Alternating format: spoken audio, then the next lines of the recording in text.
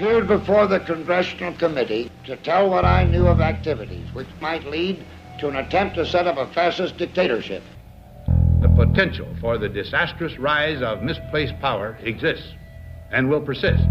The very word secrecy is repugnant in a free and open society, and we are, as a people, inherently and historically opposed to secret societies, to secret oaths, and to secret proceedings. President Bush signed a formal agreement that will end the United States as we know it, and he took the step without approval from either the U.S. Congress or the people of the United States. The secret organizations of the world power elite are no longer secret. It's known as the Bilderberg Group. Could their objective be world domination? I'm Jim Tucker. I've chased Bilderberg for 30 years. I'll never give up the chase. Bilderberg plan for the whole world is nothing less than world government. I'm not comfortable with that at all. Who elected these guys to run the planet? They are the elitists. They feel they should run the world for their own selfish interests. Now we can see a new world coming into view. A world in which there is the very real prospect of a new world order. Bilderberg is making great progress toward a world government, and only an educated, informed public can stop them in their tracks. David Rockefeller admits in his own memoirs that he wants to destroy the United States. Right. He's a traitor. It's good to be back at the Council on Foreign Relations. As Pete mentioned, I've been a member for a long time and was actually a director for some period of time. I never mentioned that when I was campaigning for re-election back home in Wyoming. Let us never tolerate outrageous conspiracy theories.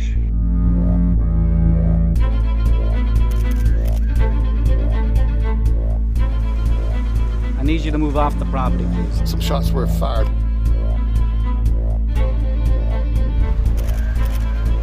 There's Bilderbergers right there. The Trans-Texas Corridor is a vital part because we stop it here in Texas. We stop the New World Order right here in Texas. This thing started here. And to save this country, we kill this damn thing here.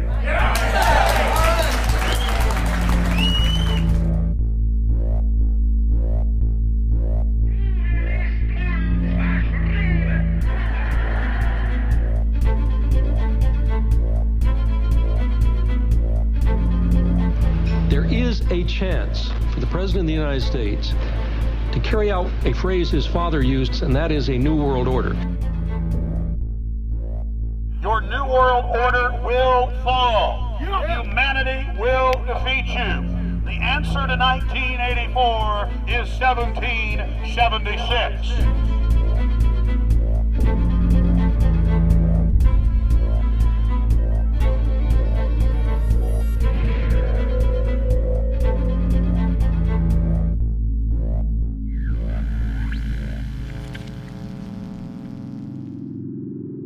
In the near future, Earth is dominated by a powerful world government. Once free nations are slaves to the will of a tiny elite. The dawn of a new dark age is upon mankind. Countries are a thing of the past. Every form of independence is under attack, with the family and even the individual itself nearing extinction.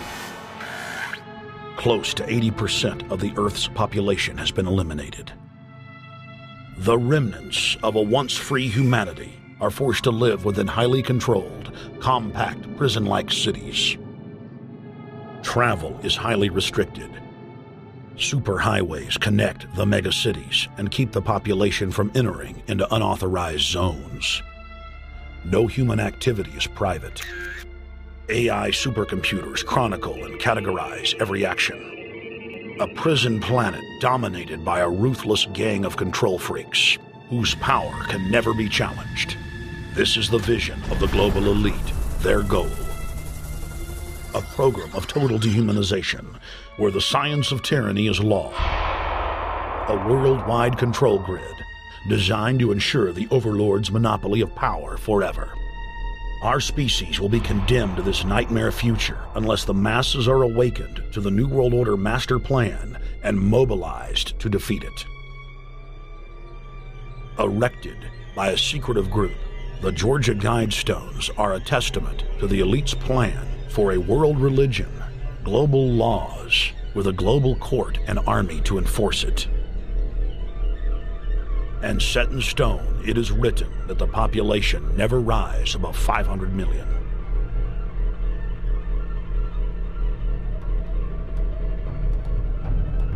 In this film, you will learn how our world is truly governed. You will see how highly secretive roundtable groups interlock to form a global intelligence network.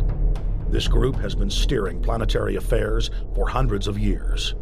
Now, in the final stage, they prepare for open world government. A goal tyrants throughout history have lusted after. Dr. Michael Kaufman is a published ecologist specializing in ecosystem research, forest ecology, and ecosystem classification. Dr. Kaufman played a key role in blocking the ratification of the Convention on Biological Diversity in the U.S. Senate.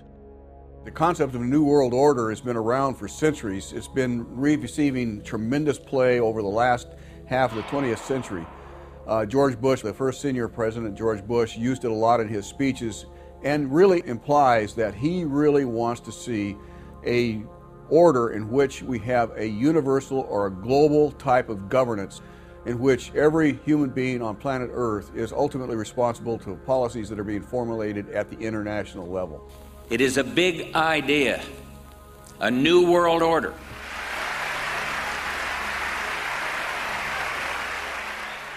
President Bush said that the New World Order was in tune, and that's what they were working for. The UN is part of that government. They're working right now very significantly for a North American Union. That's why there's a lot of people in Washington that don't care too much about our borders. They have a philosophical belief that national sovereignty is not important. It's also the reason I have made very strong suggestion that we need not be in the United Nations for our national security. It's really always the same. You go back throughout all of history, the Roman Empire, the Soviet Union, Hitler during the Nazism was always saying that it's going to create the utopia for the average person, when in fact, history always shows that it does exactly the opposite. Conquest and empire is as old as civilization. Babylon, Egypt, and Greece. They all built empires in an attempt to rule the world. The Roman system at its peak dominated the known world. Complex governmental systems were developed to control diverse populations. During the period between the 15th and 19th century, new empires emerged and again waged war for supremacy. The nobility, as well as the thriving merchant class, were financed by a handful of private banks. Many of the great money houses would hedge their bets and finance both sides of a war. Sophisticated intelligence-gathering networks gave the financiers a clear edge over the governments they were slowly gaining control of. On the 18th of June, 1815, agents of the British arm of the Rothschild family looked on as Emperor Napoleon Bonaparte fought desperately to save his army from the jaws of a British-Prussian pincer attack. A Rothschild agent was able to get the news of Napoleon's defeat at the hands of Lord Wellington to Nathan Rothschild, a full 20 hours before the news reached London. Nathan, the head of the British arm of the Rothschild family, put out the rumor to the London Stock Exchange that Napoleon had won the war. Stocks plunged by 98%, and Rothschild was then able to buy up the entire British economy for pennies on the pound. When the news of Napoleon's defeat finally arrived, stocks soared. Britain was now the undisputed ruler of Europe, and Rothschild ruled England. The already dominant British Empire grew even more aggressive. Her troops and bureaucracy spread across the globe. the sun never set on Britannia's holdings. The banking cartel funded, in fact, since about 1800, they have funded both sides of almost every war. And of course, they're getting the interest off of the loans that they've given the various governments and the wars that they have actually helped stimulate and create. By 1900, Germany was a rising force and a leader of the Industrial Revolution. World War I, for instance, there was absolutely no reason to have World War I, except that it was an ideal opportunity for the banking cartel to make a pile of money by funding both sides of that particular war. On June 28, 1914, the heir to the Austrian-Hungarian throne, Archduke Franz Ferdinand, was assassinated while traveling in a motorcade.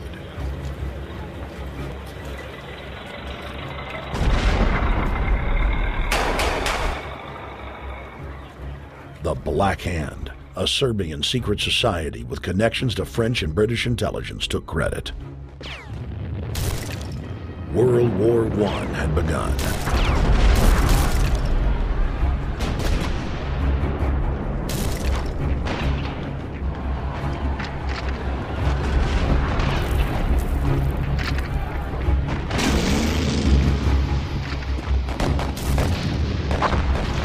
Armaments companies financed by Rothschild-controlled banks in Germany, France, England, and Austria bankrolled all the factions.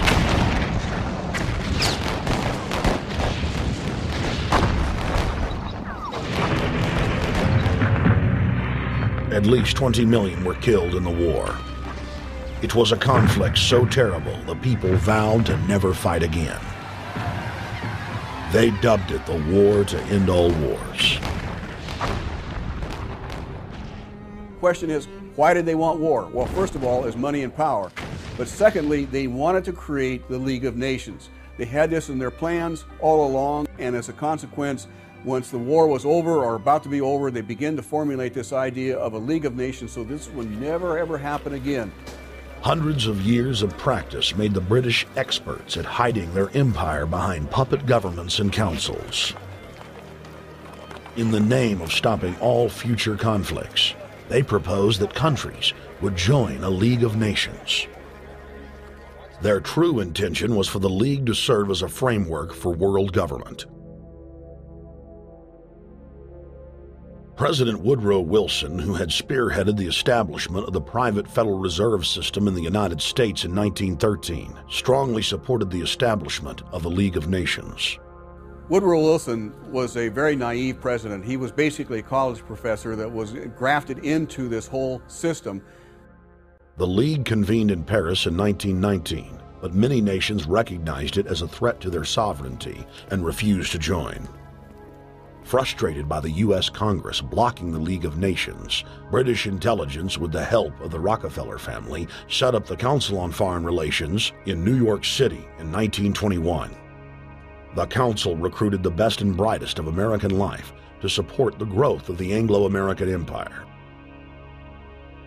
The CFR's stated mission is to abolish all nation-states in favor of an all-powerful world government administered by a tiny elite. By 1930, the promoters of world government had split into two interlocking camps: the Fabian socialists centered in London, and the fascist based in Italy and Germany. National Socialism will use its own revolution for establishing a new world order. Adolf Hitler.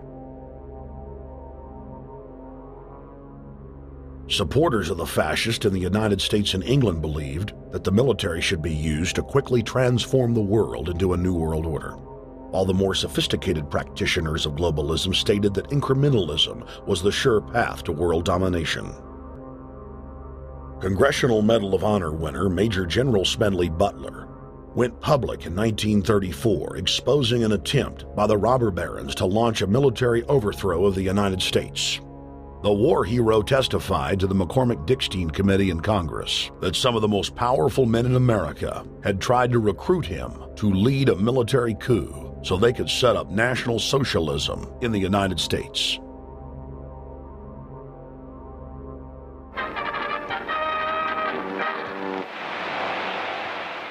I appeared before the Congressional Committee the highest representation of the American people under subpoena to tell what I knew of activities which I believe might lead to an attempt to set up a fascist dictatorship. I was supposed to lead an organization of 500,000 men, which would be able to take over the functions of government. The fascist had also made deep inroads in England. Edward VIII, King of England, was forced to abdicate the throne because of his public support for Hitler.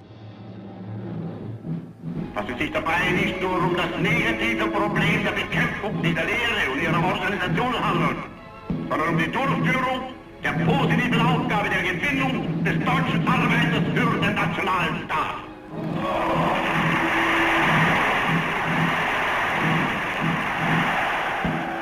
Though the German-led fascist camp was strong, the Fabian Socialist Bloc was able to maintain control of the U.S., Russia, and England.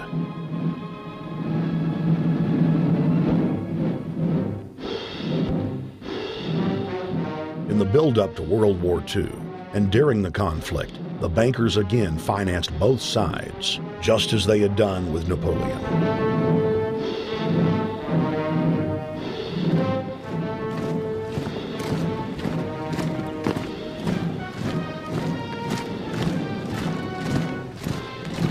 With the rise and fall of the Third Reich, Europe lay in ruins.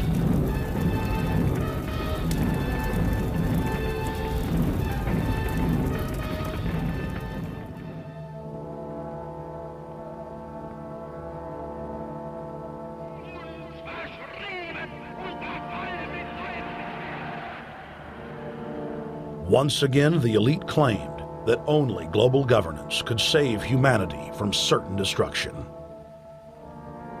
And this time, the elite would succeed in setting up their world body.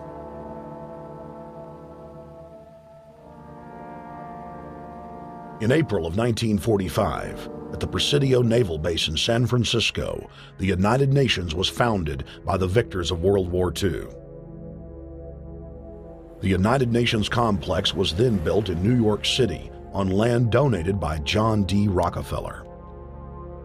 Shortly after the elite established the United Nations as their base in the United States, the newly formed World Council quickly began work on the next phase in their plan, the incremental formation of continental superstates. The first step in their trilateral plan was the creation of the European Union. Unifying Europe had been tried many times and was extremely unpopular. Where Napoleon and Hitler had failed to accomplish their goals using force, the globalists would succeed using stealth. The British spearheaded the formation of the Council of Europe on May 5, 1949. The Treaty of London claimed to only establish trade ties between European nations, like NAFTA or GATT in North America. Its true intention was the formation of a European superstate.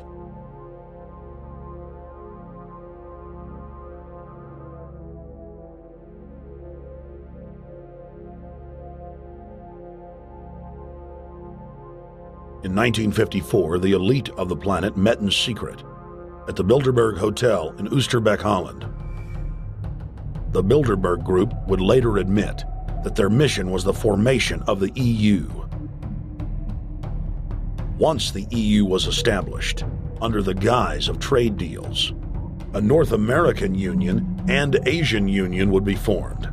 The three interlocking superstates formed the core of the global government, while the United Nations would serve as a world regulatory and enforcement body over the Third World subregions. The Bilderberg Group consists of the heads of all of the managing roundtable groups that steer individual countries.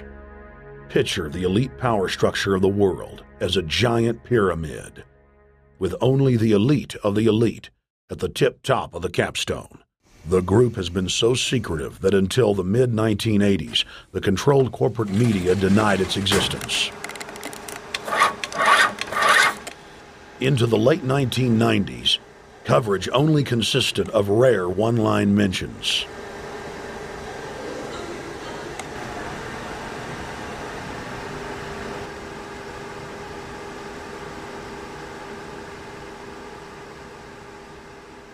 With the rise of the alternative media, their stranglehold on information has begun to slip. On the outskirts of the national capital today, black limousines with darkened windows converged on a hotel where private security guards imposed ironclad control.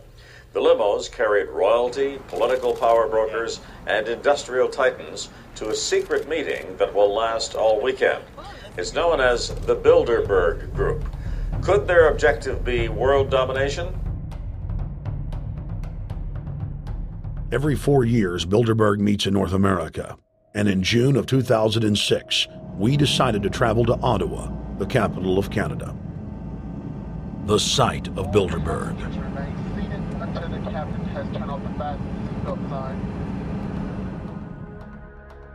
In Bilderberg's long history, many reporters attempting to cover the group have been harassed, detained, and even jailed. I jokingly reassured my cameramen that the horror stories we'd read about were probably exaggerated. I was wrong. We know reporters get detained at airports, people aren't let in. We know people get sent to the jailhouse for 3 or 4 hours. It happens every time. Well, it happened to Alex Jones this time.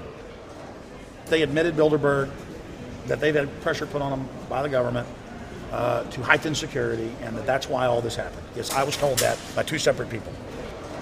They scoured our records for hours yesterday and hours today, trying to find something on us, and of course there was nothing.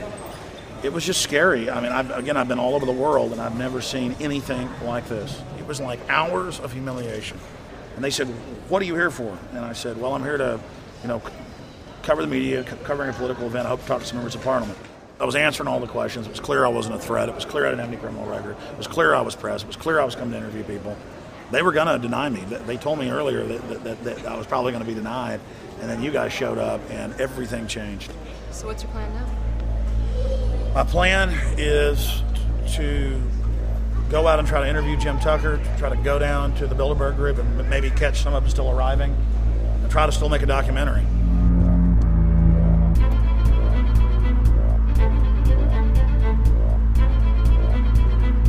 So instead of being here at 8 a.m. in the morning when the Bilderberg Group attendees, the 100 elite of the planet, start showing up, we're going to be getting here about 3:30 or so, and we'll see if we can catch any of the elites coming in.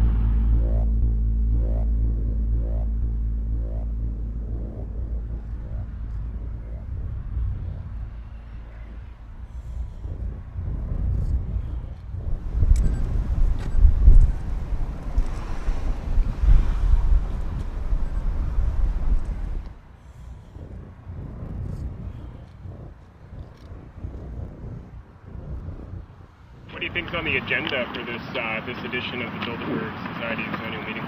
They're debating the attack on Iran. They're talking about how to take out Hugo Chavez. They're talking about how to get their American Union in that destroys Canadian, U.S., and Mexican sovereignty.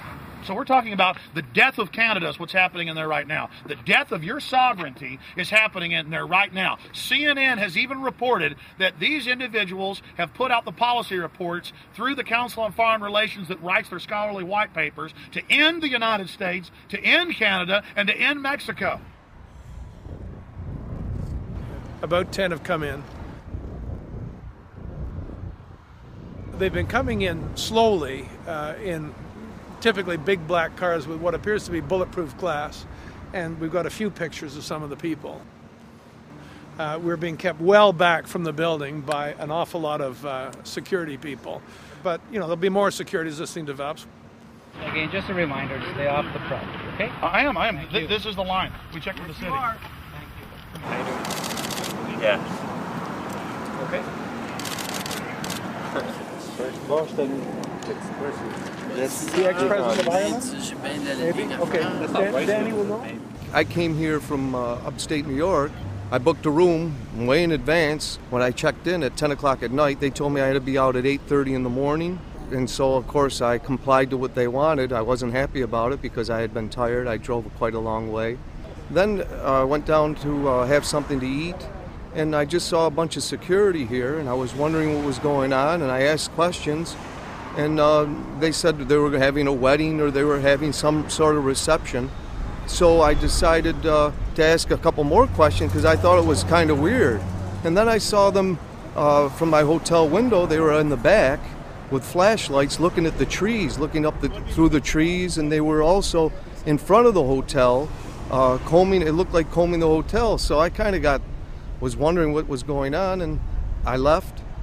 I got up this morning. I checked out, and then the fellow that I spoke with, the last fellow I spoke with, said, "Well, you'll know all about it in the newspaper." Well, I didn't have to wait because there was a group of people out here telling me everything that was going on.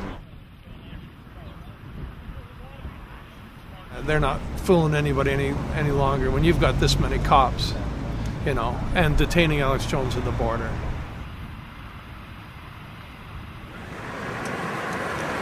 Get them on both sides. Yeah, you crook. Yeah, you're gonna go to jail like Ken Lay. Oh yeah, there's one right there. Hi. Hey, we're not your property. We're not your slaves. We're gonna defeat the New World Order. The New World Order is gonna be defeated. You realize that? I'm glad you do. Always does throughout history.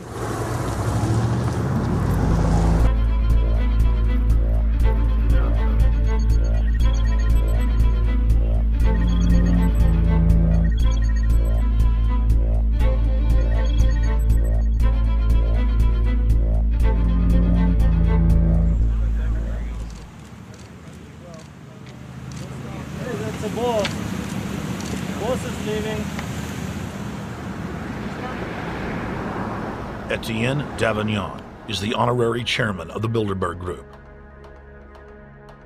as well as the head of its steering committee. The committee he heads selects and invites each year's attendees. In the last decade, the list of attendees has been leaked to reporters by moles on the inside. Veteran newspaper reporter Jim Tucker has been covering the Bilderberg meetings for over 30 years and has physically attended more than 20. We traveled back to our hotel to see if Jim Tucker received the 2006 list. First heard about Bilderberg in 1975, and I said, I don't believe it. That's not possible.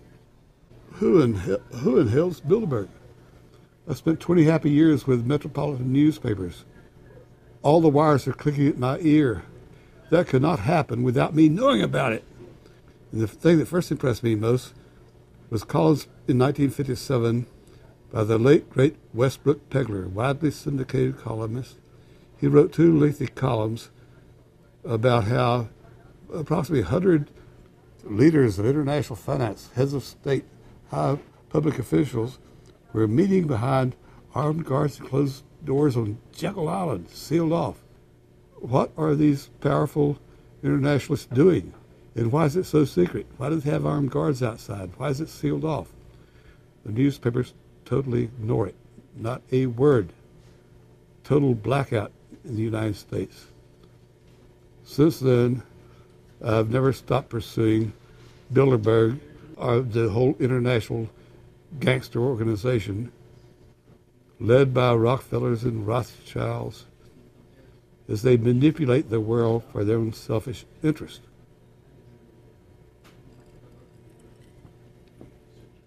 Jim, you've been waiting on the list. You normally get it on the first day. You haven't gotten it. We're told it might come in today. How important is that list? It's absolutely essential, although identifying people outside, as we always do, is important too, to find out who is not on their own list. In recent years, someone from Europe has sent a machine copy with a letterhead and so forth without identifying himself. So far, I haven't heard from him.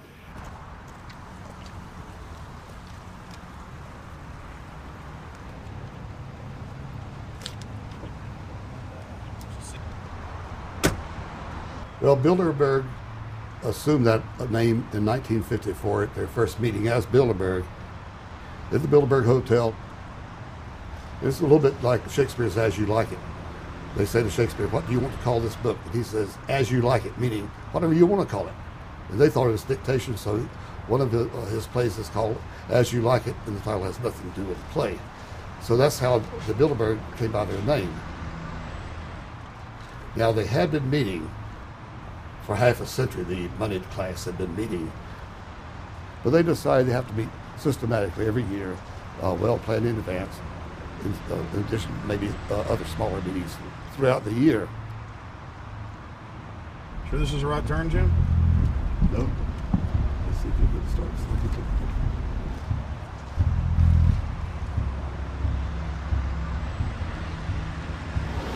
This is the global government. They are setting the world agenda.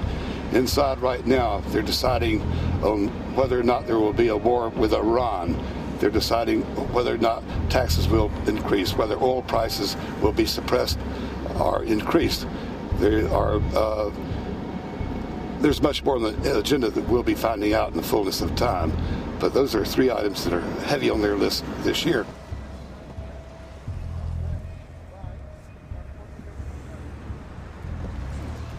This is Jim Tucker, ladies and gentlemen. Yes. 27 years covering these crooks. Mr. Tucker, God bless pleasure to meet you. The media said he was crazy, it didn't exist. Now we forced him.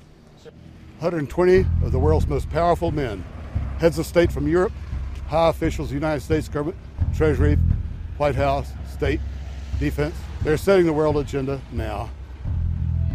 The reason they want secrecy is because they're doing evil. Evil is done under the cover of darkness. Good works are done in the sunshine.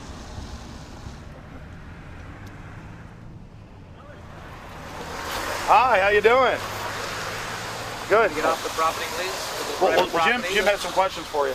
I need you to move off the property, please. Okay. Private property. Sure. It's a public sidewalk. Oh, yeah, we are cooperating. Thank you. Right onto the sidewalk. Yeah, there's no implication that we aren't cooperating. Right onto the sidewalk and stay there, please. Sure, yeah, thank you. Great. Jim has some questions for you. Again, I need you to stay right on the sidewalk. Yeah. Thank you very much. We actually checked with the city. The property line's actually right here. Also, that's good. Property line's actually right here.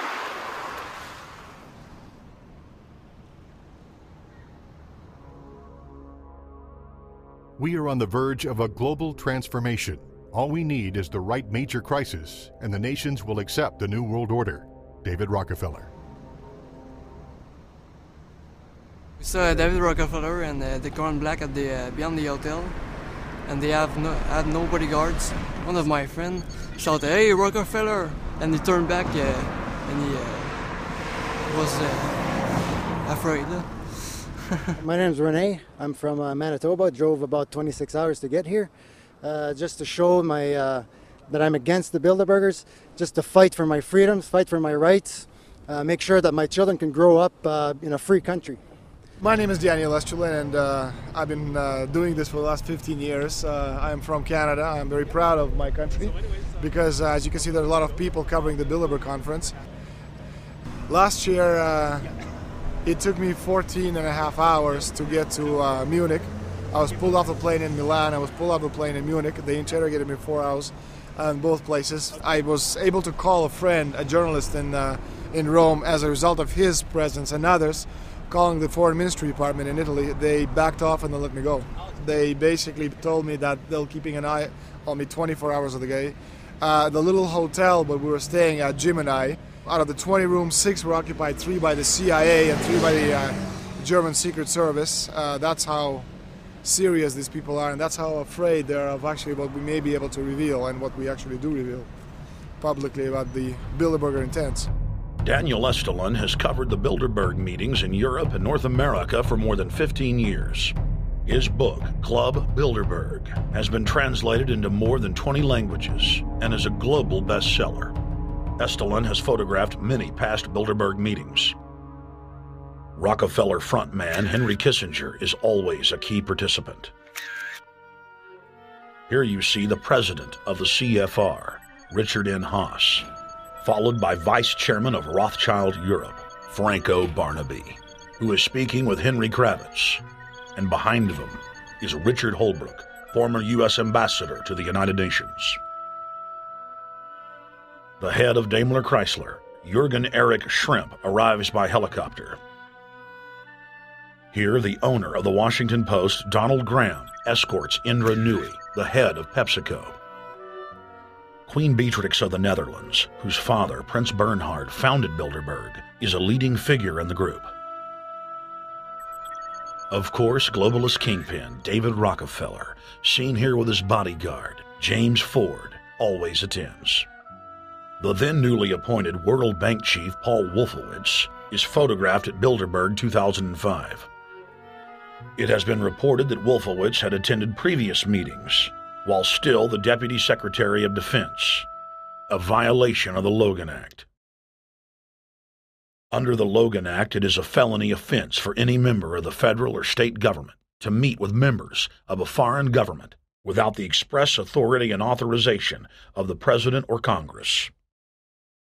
Put simply, it is illegal for members of the government to meet secretly behind closed doors with foreign power brokers due to the problems of corruption and espionage that it breeds. For this reason, many prominent politicians attend, but their names do not appear on the official list. Despite the Logan Act, the governor of New York's name, George Pataki, does appear on the list, and we were able to catch the governor on tape walking with David Rockefeller at Brook Street. Multiple staff members inside Brook Street reported to us that Hillary Clinton attended for half a day. Several armored limos with diplomatic plates did arrive with police escorts and offloaded their passengers in the underground parking garage out of the sight of the press. Former World Bank President James Wolfensohn sardonically stared at our cameras. Do you think they're upset about the fact that they're being exposed? Well, I'm sure they are. I mean, look at the tinted windows. They don't want to be seen. They don't want even anybody to know they're here. So I'm sure they're ticked, and that's why we're here to try to expose them. Do you think that they were angry that they were on the front page of the local paper today? You think they're in there reading it right now, Jim? Yes, but I don't think they're happy about it. They prefer nothing at all, no publicity. They prefer absolute secrecy. Yeah, you better look away. We're not your slaves. You don't own me.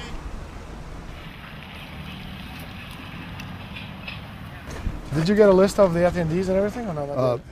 No, I've asked for one under a slight variation of my name, and I don't know if I'll get it or not. Also, it could happen today. For the last 3 years, I get back to the hotel. And there's a copy there waiting for you. For somebody who does not identify himself. I mean, I'm not just not revealing the source. I don't know the source myself. But a fact, because they want the Bilderberg letterhead on it, and makes a nice memento. Perfect. Alex. Yeah. That's Chalabi, eh? You think Chalabi? No, I don't think. I know. It looked like Chalabi. I knew it was a fat guy. Yeah. That was Ahmed Chalabi? Yeah. Oh my God, then they're really going to attack Iran.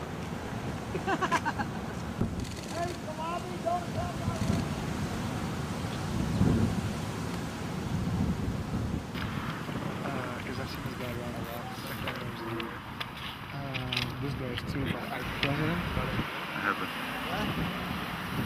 It's S, Scandinavian. Adrian Woolrich, Maria Monti. Over the last couple of years, they've been reeling with the amount of leakage that they've been experiencing, so it's getting harder and harder. But again, it will never get too hard for us because of the sources that we have inside are top-notch sources. People who are actually working for them, the Secret Service, the second layer, people in the Bilderbergers, the clerks, the administrative office, they're there. They are our eyes and ears, and every time there's something out, we always get the information. That's Francisco Pinto Balsamao. I think that's the Queen. It's the Queen. Oh my God, you can't kiss her ear. You see her?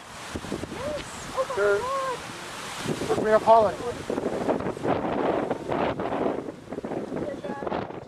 What usually happens, the Secret Service guys who are protecting the Bilderberg delegates, the staff, the cooks, the chefs, when they actually get to see and to hear what some of these nasty people are talking about, they're the first ones to look for us and the first ones to make sure that we get the information from the meeting. We're very rigorous with information that does come out. We double, triple, and quadruple confirm the sources, make sure that all the information checks out. A lot of the stuff, the Bilderbergers have planted information, make sure that this disinformation nullifies the accuracy of the reporting, which is why we never publish the first thing we hear.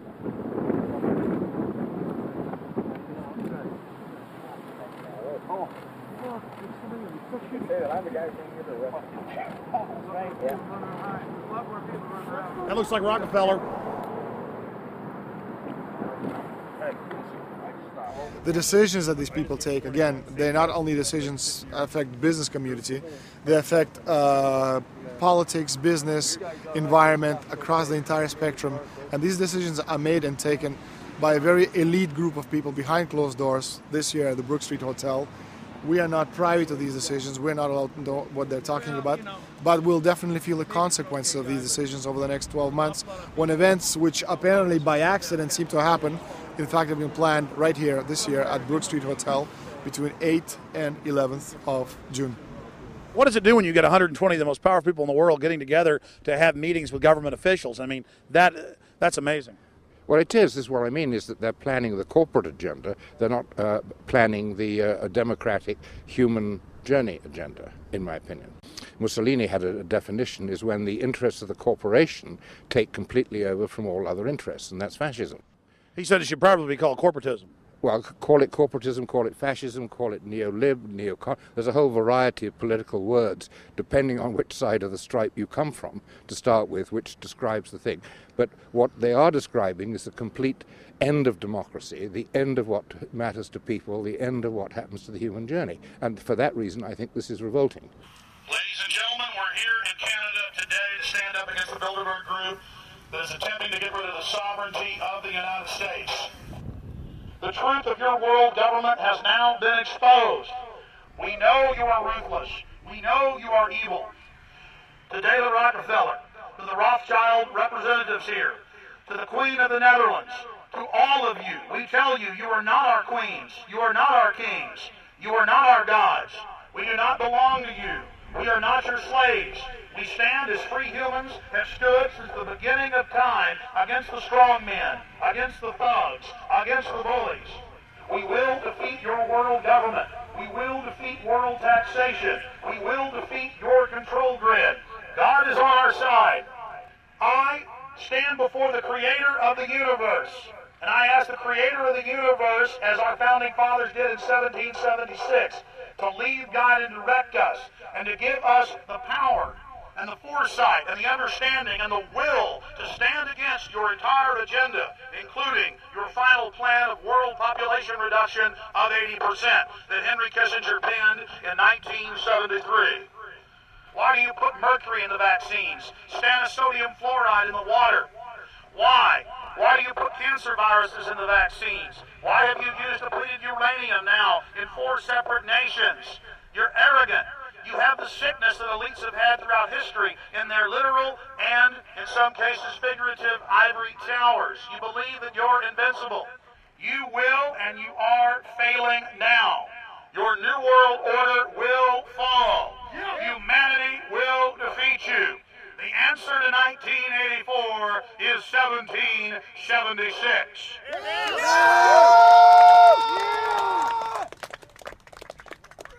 Bilderberg is an elite organization, and the way it works, the protocol of the meetings is the staff, after they're vetted out, they're told exactly how they're supposed to behave themselves, meaning that they can never address the attendees, they can never speak to them unless they're spoken to first, they can never look them in the eye. They have to approach them from the right side, the people who are right-handed, and from the left side, the people who are left-handed. They can never look them straight on. And needless to say, all the information that is being spoken during the conferences is under no circumstances allowed to come out. That's what they're told. They're threatened with not being able to find another job anywhere in the sector if they reveal any information to the press.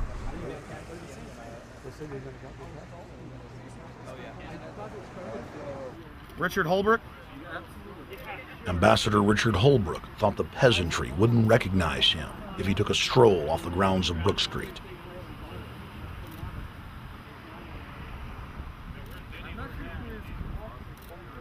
Holbrooke cackled when I told him that we were not his slaves. Holbrooke, we're not your slaves, Holbrooke. We're not your slaves.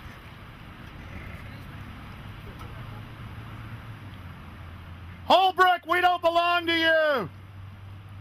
We're not your property. Get back on the sidewalk. We're free humanity!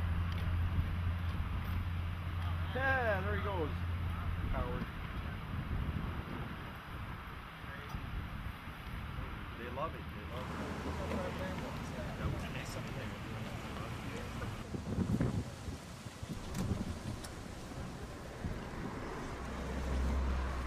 Okay, we're going to be going around the back here, guys.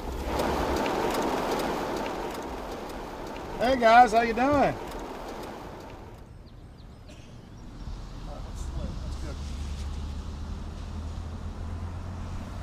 There are several rings of security service.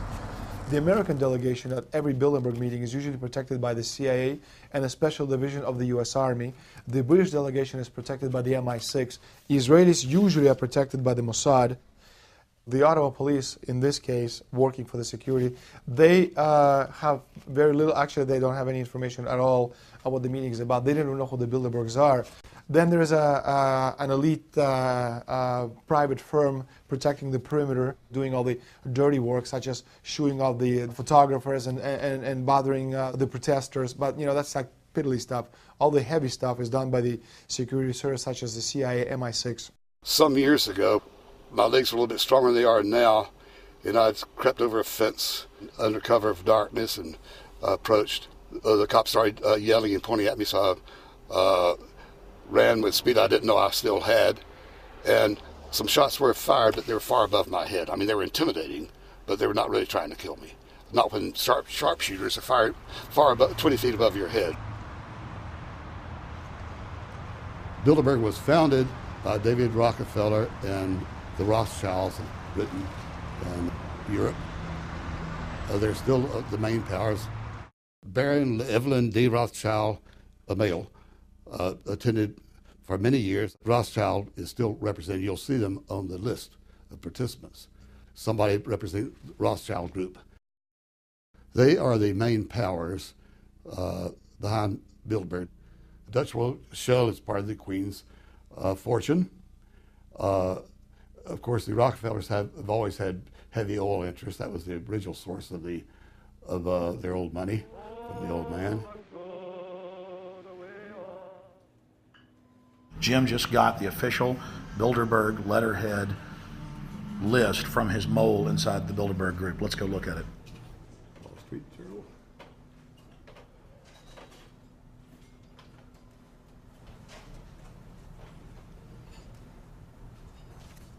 So, Jim, you got the list. Yeah. Did we identify Wolfowitz as being here because he's not on the list? No, we positively identified Wolfenson. Yeah, he's on the list. Yeah, there's Wolfenson right there, James Wolfenson. But aren't there always people who aren't listed? Yep. Over the years, we've identified like sometimes one, sometimes three people who are not on their own list who have attended. Now, I think what is very difficult for most people to understand is how such a small group of 125 men and a few women control a population base of 6 billion people. Actually, it's much easier than you think. These people work on what I call systemic methodology, meaning that you take a pie, just imagine you take an apple pie and you slice this apple pie into lots of very small pieces, and you put in front of each one of these pieces your man or woman of trust. And by controlling this individual, you control an entire organization. For example, if you take Paul Wolfowitz, who runs the World Bank, through him you can control the entire organization. You don't need to control what the dishwasher or the toilet cleaner thinks or does or believes in. You just need to control what he does and what he believes in. And what he does will permeate the entire organization. And that's how you control, with very, very small power base, an entire global population of 6 billion people. Bilderberg is making great progress toward a world government. They have created a superstate in Europe called the European Union. They're intent on creating a Western Hemisphere Union called the American Union. NAFTA is to be expanded into every country in this hemisphere. As NAFTA expands, it will take on the role of the American Union. And only an educated, informed public can stop them in their tracks. We went into downtown Ottawa and talked to locals to learn if they were aware of the elite meeting in their city.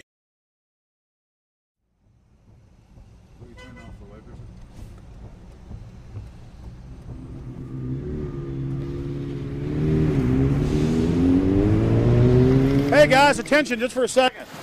I just need to tell you that a group just met here in Canada, and they're trying to get rid of your sovereignty, merging you with the U.S. and Mexico. See, it's not funny, I'm serious. And your news isn't going to tell you about this. This is deadly serious, so I'm just letting you know, and I'm telling you about it. As they say, they are the guys that run the world. They make the decisions for we, and we just carry it out. Sir, did you hear about the Bilderberg Group meeting here in town, the 120 most elite people in the world? No. Hey, did you know that the elite's meeting here in town right now? Have you heard about it? The 120 crime bosses? None of you heard of it? None of you guys have heard of the Bilderberg Group? They're meeting right now. In the city, around 10% of the people were aware of the New World Order agenda. When we traveled to Parliament, close to half of the people we randomly spoke to were informed.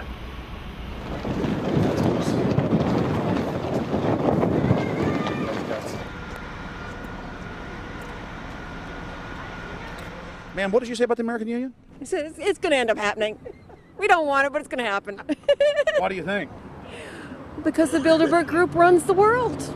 You have the Trilateral Commission that's also part of the Bilderberg, which is the United States, Europe, and Asia. But most of this is public knowledge. Nobody wants to believe that there are conspiracies, that world leaders are already elected before they're voted on. So here we know that Bernard Lord is part of the outer circle. I was surprised to read that Harper addressed the group in 2003 because my understanding was nobody gets into politics without becoming part of the Bilderberg Group. And then you find out afterwards that that is the case, that they have... Well, Bill Clinton went there in 91, George Bush Sr. back in like 85. And Blair, same thing. Who we think that we're electing as leaders have already been pre-picked for us. Whether it's liberal or a conservative, they're already part of the group. They own all the horses in the race. They own the horses, and I understand that, for example, in the United States, it's a one-party system with two factions, though you think it's two different parties. Oh, it is, yeah. So it's like Bill Clinton constantly vacations with the Bushes, and they call him their son, and they actually staged all that in 92, and all that's come out. It's just all staged. They're not going to let trillions of dollars slip through their hands.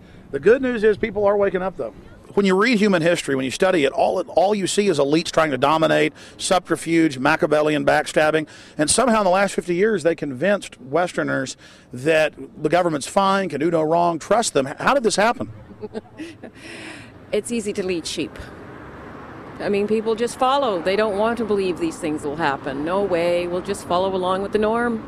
That's all. It's just makes it easier for everyone. What's your view on losing Canada's sovereignty? I like this country to stay as it is, and I love the United States to be there. Back in Austin, the capital of Texas, the public was frighteningly unaware of the nation's peril.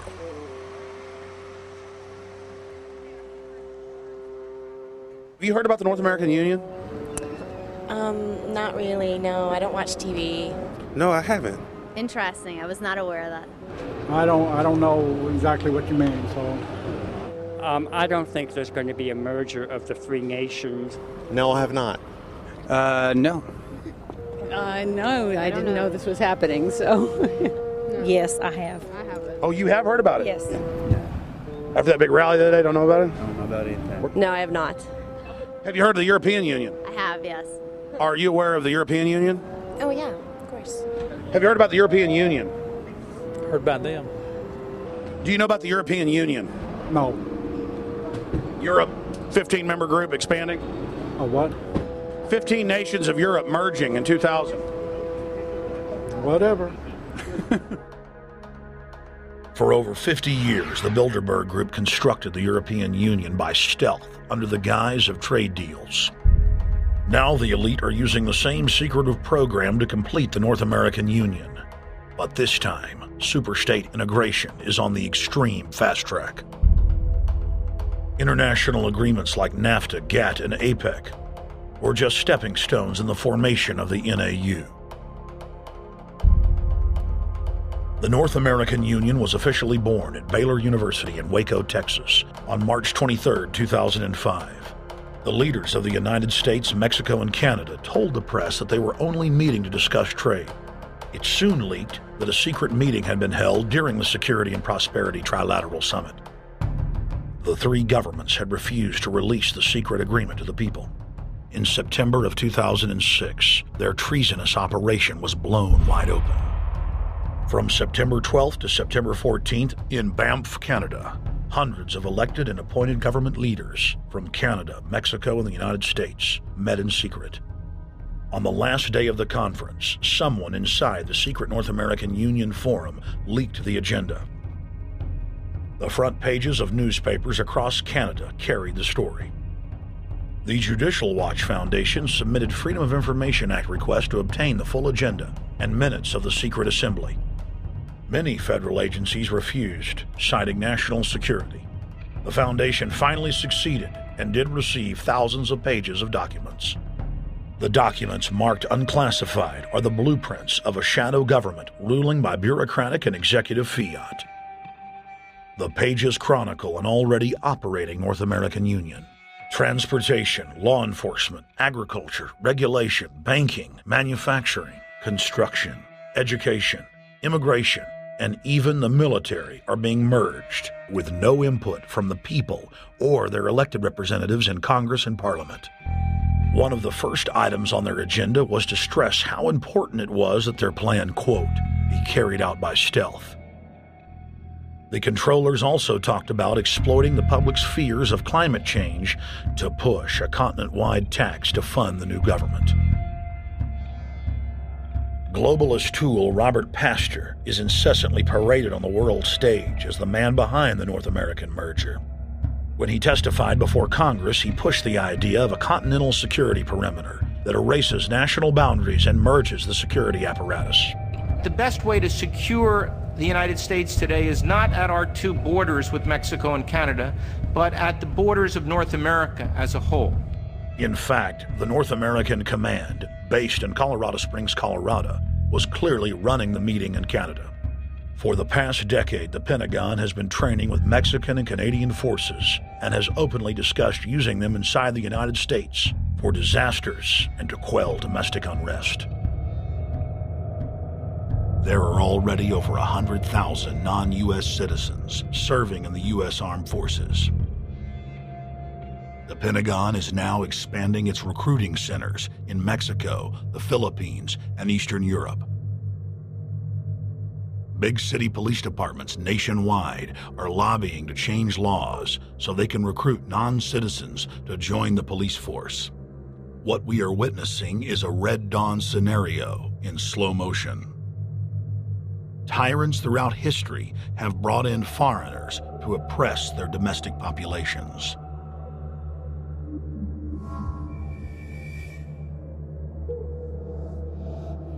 When their coup by stealth was exposed, the three governments went into damage control mode. The Security and Prosperity Partnership quickly staged a show summit that was held in Ottawa, Canada in February of 2007. It is the only way that we can achieve security and prosperity for our people is through this cooperation. We actually occupy one physical space, the North America. We've also had a chance as foreign ministers to talk about how we cooperate in the region and indeed in the world. Protesters who were upset about losing their countries and freedoms were not tolerated. A couple of weeks ago, an Al-Qaeda supposed whatsoever. The Security and Prosperity Partnership has been signed without any sort of parliamentary debate. Globalist publications have been open with their frustration that the population has not bought their latest PR stunt. As integration inside the European and American unions accelerates, the superstates themselves are being merged. On April 30th, 2007, a summit was held at the White House. The Security and Prosperity Partnership's secretive approach had alarmed the public. So this time, President Bush, German Chancellor Merkel, and EU Commission President Barroso hid their treachery in plain sight. Thank the Chancellor and Josie very much for the transatlantic economic integration plan. And for that too, we need to develop a common market, common standards. So this is indeed a very important agreement, an agreement that also brings with it a transatlantic economic council to be a permanent body with senior people on both sides of the Atlantic that will look at all those issues in a concrete manner, in which way we can make it move forward. The BBC reported that the US and EU had agreed on a single market. By announcing a new economic community integration, they were simply repeating what had been done in America and the EU on a larger scale. The accord states that the two blocs will aggressively push regulatory convergence in more than 35 areas, from financial services, intellectual property, military, education, mergers and acquisitions. They also agreed to jointly push a global carbon tax. We recognize that we have a problem with greenhouse gases. We agree there is a global threat, it's a serious threat. We agree there is the need to establish a limit to greenhouse gases. We need to discuss the possible pricing of CO2. How can we translate this into a market economic compatible scheme? We have agreed to establish a high-level group, a forum. This EU-US result is translated into the G8, debated together with the outreach countries, China, South Africa, Brazil, among others, and India. A global solution to a global problem. If Bilderberg succeeds, America falls. All the victimized countries lose their sovereignty. Bilderberg is not a person, it's not an idea, it's an ideal, a very powerful group of people working together and from the positions of ultimate and absolute power, destroying every constitution on earth, no matter how powerful the constitution of the nation is. That's what these people do. The African Union arose out of the African Economic Community, set up in the early 1980s. The African Union is financed by a consortium of international bodies, governments, and corporations. The African Union Army serves as an enforcement arm for the New World Order's exploitation of Africa. In Asia, APEC and ASEAN have announced plans to form the Asian Union, consisting of Asian and Pacific nations, having more than 3 billion people within its borders. APEC will become the Asian Pacific Union, and the world is to be divided into 3 great regions for the administrative convenience of the world government in which the UN is to evolve. As the unions form individually, they are simultaneously merged to form the first planetary government. They're trying to destroy every nation on earth which is trying to promote progress, because these people basically they are landowners. They don't need progress because they control the land. If you take the most powerful man in London, the people who belong to the Council and the Committee of 300, who belong to the Bilderbergers, the British royalty, the Guelphs, the black nobility of Venice and Genoa, these people they're landowners. The New World Order is the Old World Order. I mean, it's just the names have changed, the appearances have changed, but the concept hasn't changed. The idea is still to bring the men back, kicking and screaming back to the Middle Ages, post-industrial age world order. One of the things that is very shocking to most Americans is the fact that the United Nations Global Biodiversity Assessment, which came out in 1995, clearly shows that in order to protect planet Earth, we have to go back to a feudal system. They actually said that in the document. To craft a modern feudal society, the globalists are implementing a standardized North American Union ID card to track, trace, and control their serfs as they travel throughout the 3 regions of the NAU. Building on the massive displacement of humanity caused by globalization, the New World Order is rapidly constructing the physical infrastructure of the North American Union, the NAFTA Superhighway Control Grid. I'm Arthur Peterson, Colonel retired, the Army. I see things today that are happening that would make my friend who died in World War II turned over in their grave.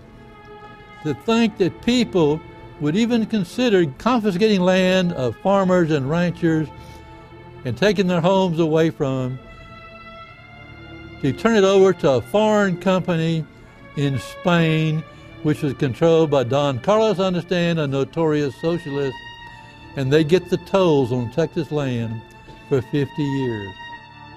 The proposed Trans-Texas corridor would be a patchwork of superhighways and railroads stretching 4,000 miles from the border of Mexico, cutting through Texas to Oklahoma. A lease has been signed that would make Texas Highway 121 a toll road. A private Spanish company won the bid to build and collect the tolls for the next 50 years. These deals with private companies are being negotiated largely in secret, and many state lawmakers are worried taxpayers are being sold down the road. Critics say it's a threat to our national security. It's part of a plan for a North American integration being carried out by government and corporate elites without congressional or voter approval.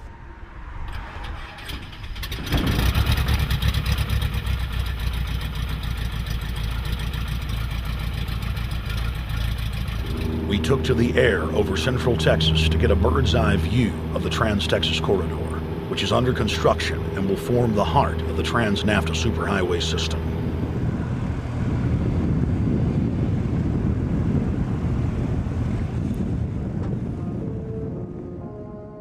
History repeats itself. 2,000 years ago, all roads led to Rome. Rome constructed and maintained more than 10,000 miles of roads throughout its empire. The roads were used to project Roman military power, to control commerce, and to bind the nations and peoples they ruled. Rome also demanded tribute. Roman subjects from Albion to Judea were forced to pay a tax to use the roads. The Romans would then use the tax to dominate their subjects. Today's superhighways are a powerful tool in the globalist arsenal. They are instrumental in tearing down national borders and merging nation-states into larger confederations. Foreign governments and corporations are predatorily seizing infrastructure across North America, but nowhere has their attack been greater than in Texas. Texas is the front line. Over 8,000 miles of existing roads and land are being handed over to government-backed foreign companies. Foreign companies buy the legislators, who then turn over complete control to the same foreigners who finance their campaigns. Government power is then illegally transferred to unelected quasi-governmental regional boards that circumvent local governments and the will of the people. The next stage of this world government plan is to have a transportation control, and that is called the NAFTA superhighway, or in Texas called the Trans-Texas Corridor. It confiscates 584,000 acres of land to be transferred into control of a Spanish company which will collect tolls in Texas for the next 50 years, and there's no limit in the amount of tolls that can be collected. More than 80 federal and state highways have been designated as international arteries. The I-35 NAFTA corridor starts deep inside Mexico and travels through the middle of the United States and ends in central Canada. Container ships from Asia dump their cargo on the Pacific side of Mexico. It then travels duty-free by rail to the new Kansas City inland port, now considered sovereign soil of Mexico, in the heart of the United States. Under international agreements, predominantly foreign companies are placing tolls on already existing paid-for roads. Federal, state, and corporate documents show that they will then use the revenue raised to build up the transportation infrastructure of Mexico, not the United States or Canada, so foreign-made products can pour in even faster from Mexico.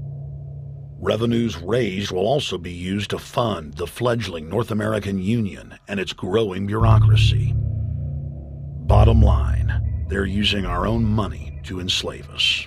First of all, they're proposing a North American tribunal, which would be similar to what we have in Chapter 11 of the NAFTA agreement, which is trumped by international law. The U.S. Supreme Court and our Constitution could potentially be rendered invalid, and what we would have is new North American business law that would trump what we have here in the United States. What is also interesting to note that the NAFTA headquarters is in Mexico and controls the United States trade and rules against the United States Congress, and no one seems to challenge it.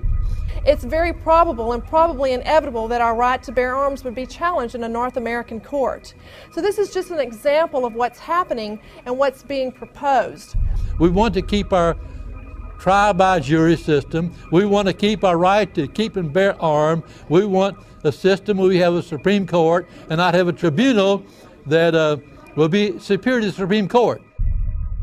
In 2005, Cintra, a Spanish-owned company, signed a secret agreement with the Texas Department of Transportation to erect toll roads on existing roads and to toll new roads that were completely paid for by tax dollars. There are people, believe it or not, in Texas who don't know what the Trans-Texas Corridor is. TTC 69, which they'll have the environmental hearing starting this spring on, runs through my part of the state.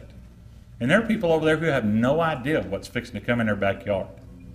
TxDOT, an unelected state agency, claimed that the agreement with the foreign company was even secret from the Texas legislature. When the truth came out, newspapers across the state called for heads to roll politically. Cintra's response was to have its Australian subsidiary make its first U.S. newspaper buy. Every newspaper they bought was along branches of the Trans-Texas Corridor and had been critical of the toll road plan. The cost of 40 or 50 newspapers is nothing compared to the profits that'll be made. Just Phase 1 alone of the state toll road plan is estimated to raise more than $200 billion in just the first 15 years.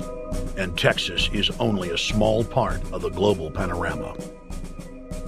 A combine of transnational companies is aggressively consolidating public finance infrastructure worldwide, and the same interests are erecting a world government according to their rules.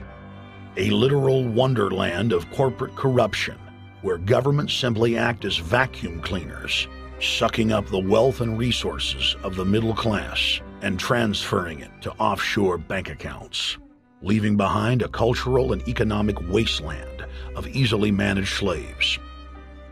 The whole purpose about the North American Free Trade Agreement is not about trade, it's about control. Control of people. CAFTA is even worse. Control of people. It's not about trade, it's subsidized trade with taxpayers' funds. This thing started here. And to save this country, we kill this damn thing here. To stop it here in Texas, we stop the New World Order right here in Texas. Polls consistently show that over 90% of the people are against the NAFTA highway systems and its toll roads. As the people learned of the threat, they got angry and took action. Our ranch is part of the original Spanish land grant, and I would love to not have to give it back to Spain.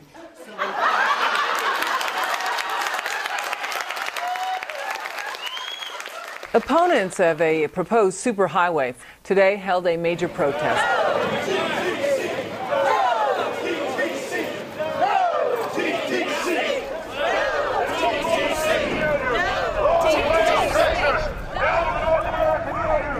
A majority of Texas counties have voted to resist the plan for a North American union and have vowed to block the construction of its infrastructure. Heck, we already know in a law that was passed by a subservient United States Congress, where practically nobody in the entire Congress stood up and said no, they've already passed a law saying all their driver's licenses are going to be chipped. Well, I'm telling you right now, I'm not going to carry in a driver's license that's got a chip in it so Big Brother can watch everywhere I go and see everything I do. No, no, hell no. No, all of it. No, no. We, the people, own this plot of ground. We, the people, own those trees there. We, the people, own our beautiful Texas, and we are not going to let a bunch of crooks and robber barons take our beautiful Texas away from us. Hell no! Hell no! No, no, no!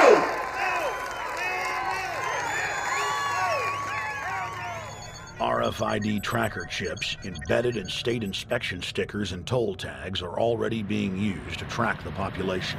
The new system is also meant to control growth and steer development through so-called smart growth. smart growth, which is nothing more than an effort to bring control into the cities. You have the rewilding of America and the Wildlands Project, the Convention on Biological Diversity, which is to control our rural population. Toll roads on interstate highways nationwide are walling off exit ramps to small towns and rural communities, and are creating ghost towns by design. This trend is accelerating under the NAFTA highway system and is meant to rewild more than half the country. All of these things are designed to bring more and more control to bureaucracies rather than to the independent individual, the sovereign individual of this nation. What brought me into this whole discussion was the fact that while I was doing this multi-million-dollar research effort in the 1980s and early 1990s, I became aware of an agenda basically to lock up one half of the United States into wilderness corridors and reserves. What's called the Wildlands Project, but it was also a key cornerstone of the United Nations Convention on Biological Diversity. It was during that study in which I began to realize that this was not an effort to protect the environment, but an effort to control you and I. They were dividing the United States up into little compartments in which they would rip out roads, which they would rip out whole communities and put them back in the wilderness. The federal highway system was designed by Pentagon war planners in the 1950s to serve as a rapid deployment conduit to move ground forces for the defense of the United States during invasion.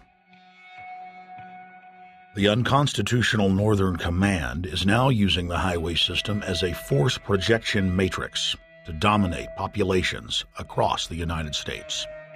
Through federally funded emergency command centers, county and city governments are being quietly federalized nationwide. Billions of dollars per city is being spent to install millions of surveillance cameras. Every town and hamlet, no matter how small or remote, is surveilled. License plate reading software tracks Americans' movements wherever they go. New systems are being deployed that scan your face, read your lips, and analyze your walk. Under the Treasonous Military Commissions Act, American citizens can be secretly arrested, stripped of citizenship, flown to offshore torture camps, and secretly executed. Under Section 802 of the Patriot Act, all misdemeanors are considered terrorism. Federal police squads, called Viper teams, randomly force Americans to line up and show their papers. From the sidewalks of Miami to the subways of New York to the streets of Houston, Texas, citizens are being searched by heavily armed gangs of paramilitary police.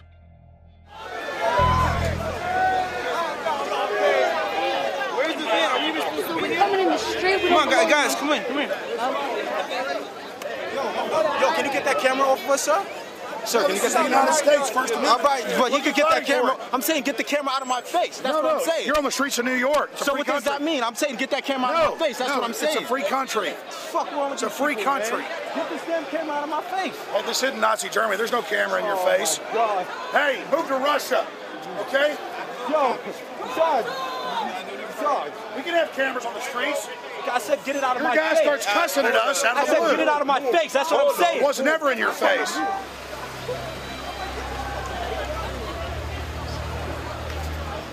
Yo.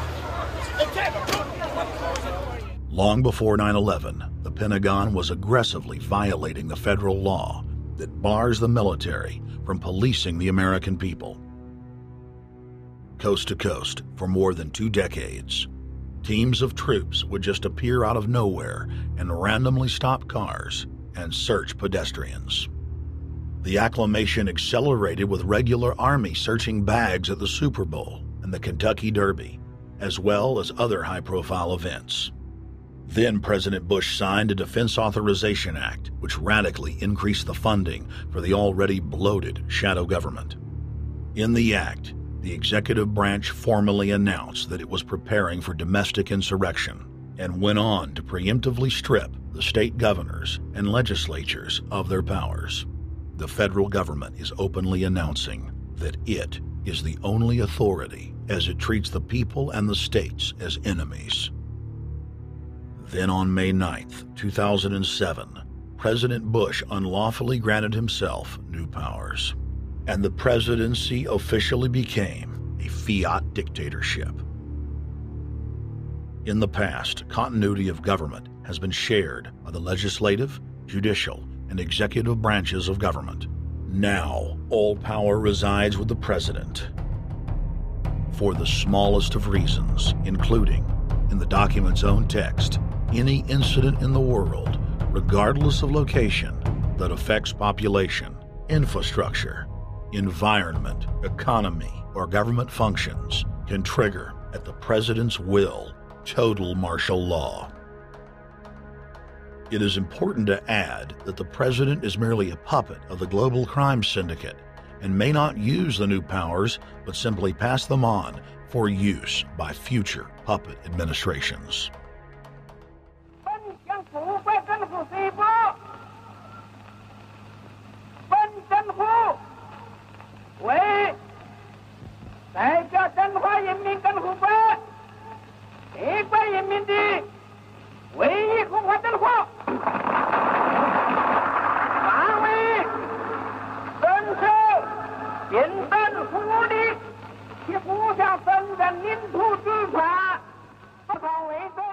Приобретена эта победа. Не забывайте принесенных вами жертв. You must teach people to love their leader. This is the only most important.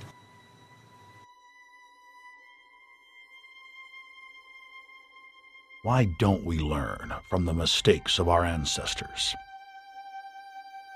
Why does humankind find itself bound in a cycle of bloodshed and enslavement? Predatory elites have always rationalized their oppression by claiming that they are superior and have the divine right to rule, when all they really are is a gaggle of ruthless psychopaths, parasitically feeding on the host population until their cancerous movement causes the collapse of the host. There have been thousands of tyrannical governments in history, and less than 10 that can truly be called free. In the 20th century alone, over 150 million people were murdered at the hands of the state. In Russia, the Red Terror consumed the lives of more than 60 million men, women, and children. Hitler's war killed 22 million. During Mao Zedong's reign alone, more than 60 million peasant farmers were killed. And the list goes on. 300,000 innocent civilians killed in Guatemala. More than 2 million souls brutally murdered by the government of Cambodia. 1,500,000 killed in Turkey. 300,000 in Uganda. 800,000 plus hacked to death with machetes in Rwanda. Sadly, there are too many examples of innocent families being exterminated by their governments on an industrial scale to name them all. It is a historical fact that the state is the #1 cause of unnatural death. If you take the 150 million people killed by power-mad government in the last century and divide it by 100,000, the number of souls lost would fill the biggest sports stadium, packed with 100,000 screaming fans, 1,500 times over. That's 1,500 sports stadiums, crammed with 100,000 people each, all exterminated. For those who think it can't happen here or won't happen to them, you have been warned. The carnage witnessed in the last 100 years was only the preparatory phase of the New World Order's master plan. 稍有常识的人都会看出，如果我们的铁骑继续前进，这个螳臂挡车的歹徒难道能够阻挡得了吗？ Hitler and Stalin's crimes are now part of history. But the communist Chinese system of evil is not content with racking up the highest death toll in history. The mass murder and enslavement is still going on today and enjoys the full support and sanction of the New World Order. 摄像机拍下的这个画面，同西方某些国家的宣传恰恰相反。正好说明了我们的军队。 Communist China serves as a globalist laboratory, a proving ground where 1.4 billion people live out their lives as guinea pigs who serve as test subjects for the formulation of the brave new world. U.S. and British forces worked closely with Mao Zedong during World War II, and at the end of the war, they secretly backed Mao in driving out Chiang Kai-shek and the Nationalists. The OSS, and then the CIA, believed that Mao would have a stabilizing effect. Bill Clinton's mentor and Georgetown University political science professor Carroll Quigley explained in his book, Tragedy and Hope, how the Anglo-American Roundtable groups backed every brand of authoritarianism, from communism to fascism, to ensure that a centralized government dominates the population and the economy as planned. The elite are monopoly men. They seek to create monopolies and dominate populations through the barrel of a gun. In their writings, the leadership of the New World Order has continuously heaped praise on the corrupt Communist Chinese model.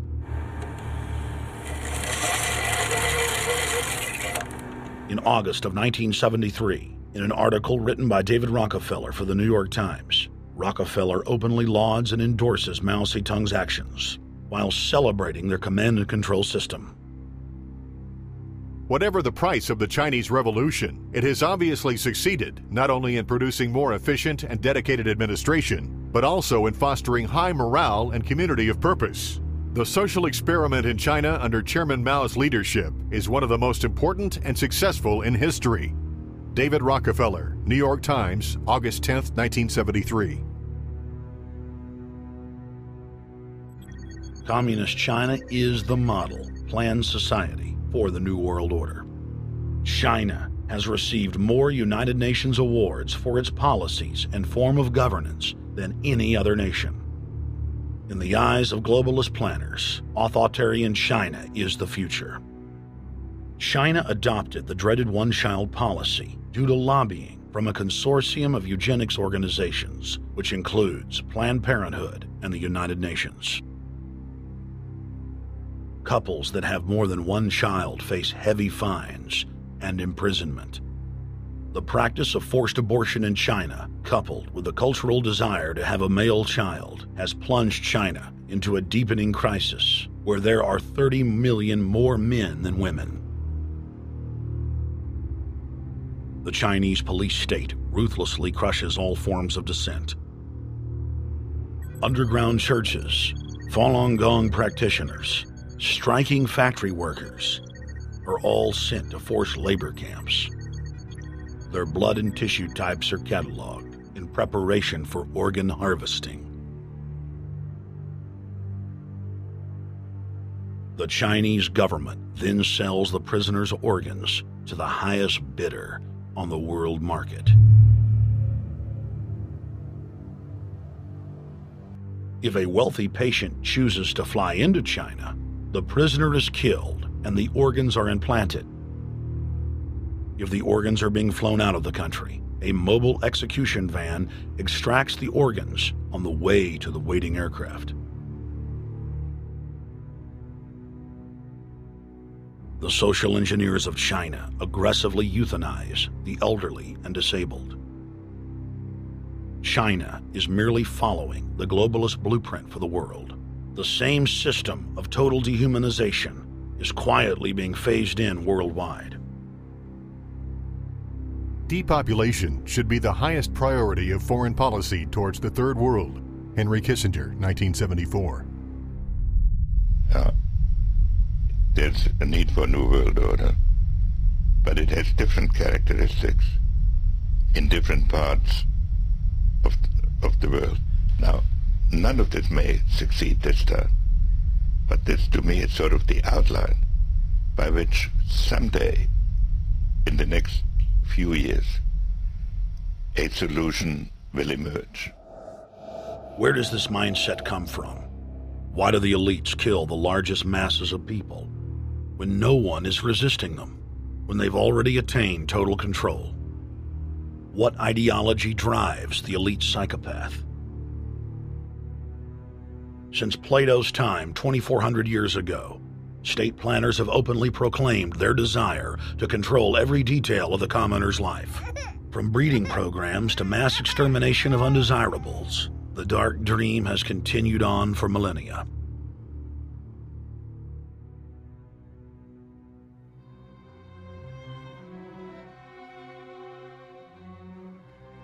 The scientific rationale for tyranny has always been attractive to elites because it creates a convenient excuse for treating their fellow man as lower than animals. Robert Thomas Malthus, famous for saying that a mass food collapse would be helpful because it would wipe out the poor. His fictional scenario would later be called a Malthusian catastrophe. Malthus is important because his ideas led to the rise of a new scientific field that would dominate the course of human history for the next 200+ years. Charles Darwin, an admirer of the Malthusian catastrophe model, developed the theory of evolution, its chief tenet being the survival of the fittest. With the help of T.H. Huxley, known as Darwin's bulldog for his strong support of Darwin's theories were pushed into wide acceptance among key scientific circles throughout England and then the world. Darwin's cousin, Francis Galton, credited as the father of eugenics, saw an opportunity to advance mankind by taking the reins of Darwin's evolution theory and applied social principles to develop social Darwinism. The families, Darwin, Galton, Huxley, and Wedgwood, were so obsessed with their new social design theory that they pledged their families would only breed with each other. They falsely predicted that within only a few generations, they would produce supermen. The emerging pseudoscience was only codifying the practice of inbreeding, already popular within elites for millennia. The Four Families experiment was a disaster. Within only 2 generations of inbreeding, close to 90% of their offspring either died at birth or were seriously mentally or physically handicapped. The moneyed class of the planet, and particularly the royal families of the world, who were already obsessed with breeding and filled with a predatory disdain for the underclass, seized on the new science and began aggressively enforcing its aims worldwide.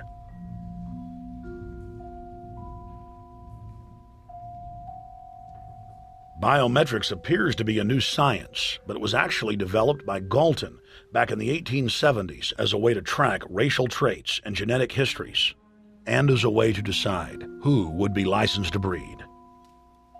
In 1904, the Cold Springs Harbor Research Facility was started in the United States by eugenicist Charles Davenport with the funding of prominent robber barons Carnegie, Rockefeller, and Harriman. In 1907, the first sterilization laws were passed in the United States. Citizens with mild deformities or low test scores on their report cards were arrested and forcibly sterilized. You're 17, aren't you, Alice? Yes, but what have you done with my folks? Well, we're trying to help them, Alice, and you too. They were taken to the hospital this afternoon. Hospital? Wasn't none of them sick this morning? We thought it necessary to present your family's case to the State Medical Commission. After an examination, they decided there was but one important action to take: to have your entire family sterilized.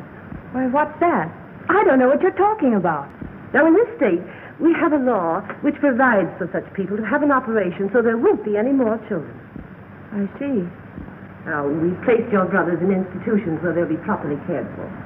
But you can go back to your job soon. I'll arrange to have it held open for you. But I'm keeping my job. I'm not going anywhere. Now, you're going to the hospital too, Alice. And you mean they're going to stop me from having children ever? Exactly. I'm all right, I tell you. I won't go to any hospital. We don't want any trouble with you, young woman. If you refuse to go, the officer here will take you by force. In 1910, the U.S. Eugenics Record Office was set up. By then, the British had created the first network of social workers, expressly to serve as spies and enforcers of the eugenics race cult that was rapidly taking control of Western society. The social workers would decide who would have their children taken away, who would be sterilized, and in some cases, who would be quietly murdered.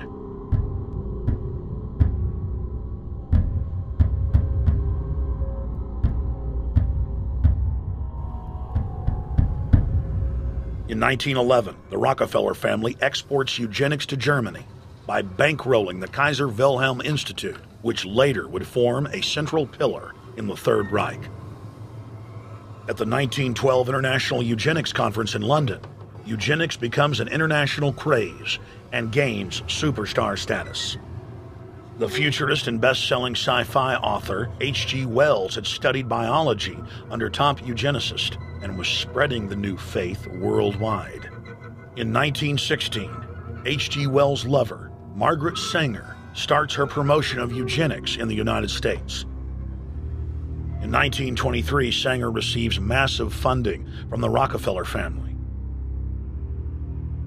Sanger wrote to fellow eugenicist Clarence J. Gamble that black leaders would need to be recruited to act as frontmen in sterilization programs directed against black communities. In 1924, Hitler pens Mein Kampf, or My Struggle, and credits U.S. eugenicists as his inspiration. Hitler even wrote a fan letter to American eugenicist and conservationist Madison Grant, calling his race-based book, The Passing of the Great Race, his Bible. Hitler developed the plan for mass extermination of the Jews and what he called other sub-races, as well as the handicapped, from Grant. By 1927, eugenics hit the mainstream. The so-called science was aggressively pushed through contests at schools, churches, and at state fairs. Churches competed in contests with big cash prizes to see who could best implement eugenics into their sermons. Major denominations then tell Americans that Jesus is for eugenics. That same year in the United States, more than 25 states passed forced sterilization laws, and the Supreme Court ruled in favor of brutal sterilization policies. When Hitler came to power in 1933, one of his first acts was to pass national eugenics laws, modeled after laws in the United States.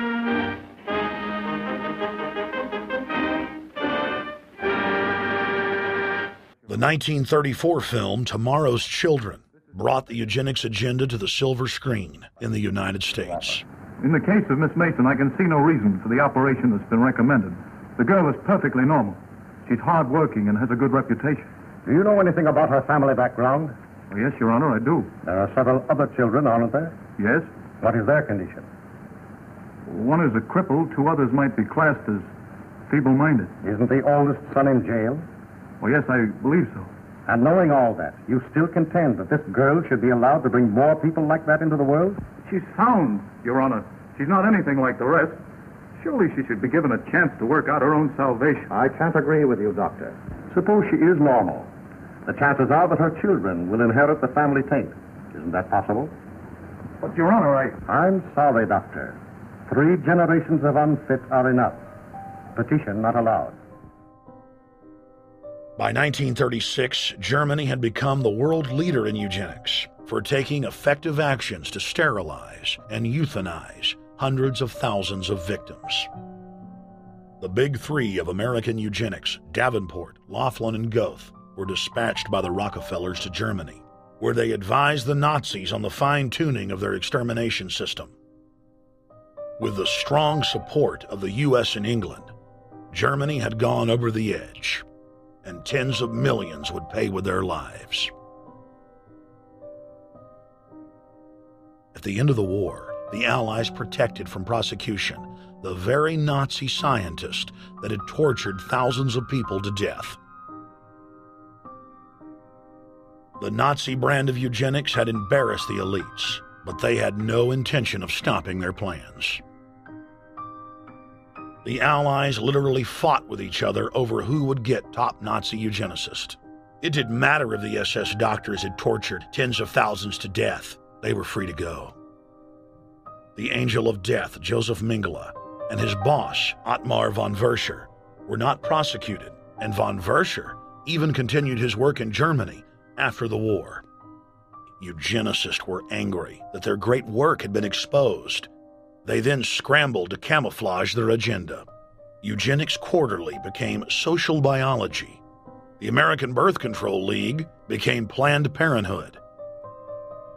New terms like transhumanism, population control, sustainability, conservation, and environmentalism replaced racial hygiene and social Darwinism. Many eugenicists of the previous period engaged in what they called crypto-eugenics. Purposefully taking their eugenics beliefs underground, they became highly respected anthropologists, biologists, and geneticists in the post-war world.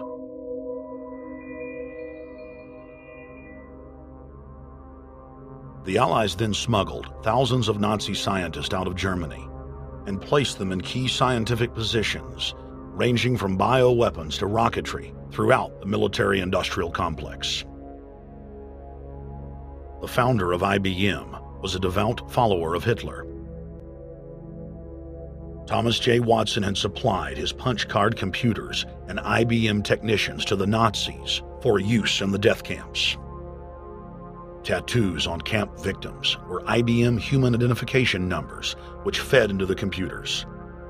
IBM had used similar punch card systems as early as 1928 in a Jamaican race mixing study. The first real computers were literally invented by a eugenicist for eugenics. UN chieftain and unrepentant eugenicist Julian Huxley argued that since the leaders of eugenics had founded the environmental and conservation movements, that they should be used as vehicles in the formation of a world government. Just as H.G. Wells had envisioned, this government would be controlled by a scientific dictatorship and would be guided by the principles of eugenics. Huxley created the World Wildlife Fund with Bilderberg founder and former SS officer Prince Bernhard of the Netherlands and Prince Philip of England. In the event that I am reincarnated, I would like to return as a deadly virus in order to contribute something to solve overpopulation. Prince Philip, reported by Deutsche Presse-Agentur, DPA, August 1988. Aldous Huxley, author of Brave New World and brother of Julian Huxley, gave a speech at Berkeley in 1962, shortly before his death. He admitted that his best-selling book, Brave New World, written in 1932, was based not on fiction, but on what the elite were actually planning to implement. And here I would like briefly to compare the parable of Brave New World with another parable which was put forth more recently in George Orwell's book 1984. I'm inclined to think that the scientific dictatorships of the future, and I think there are going to be scientific dictatorships in many parts of the world, will be probably a good deal nearer to the Brave New World pattern than to the 1984 pattern. They will be a good deal nearer, not because of any humanitarian qualms in the scientific dictators, but simply because the Brave New World pattern is probably a good deal more efficient than the other. That if you can get people to consent to the state of affairs in which they are living, the state of servitude, the state of being, well, it seems to me that the nature of the ultimate revolution with which we are now faced is precisely this, that we are in process of developing a whole series of techniques which will enable the controlling oligarchy, who have always existed and presumably always will exist, to get people actually to love their servitude. People can be made to enjoy a state of affairs which, by any decent standard, they ought not to enjoy. And these methods, I think, are a real refinement on the older methods of terror, because they combine methods of terror with methods of acceptance. But then there are various other methods which one can think of. There is, for example, the pharmacological method. This was one of the things I talked about in Brave New World. And the result would be that I mean, you can imagine a euphoric which would make people thoroughly happy even in the most abominable circumstances. I mean, these things are possible.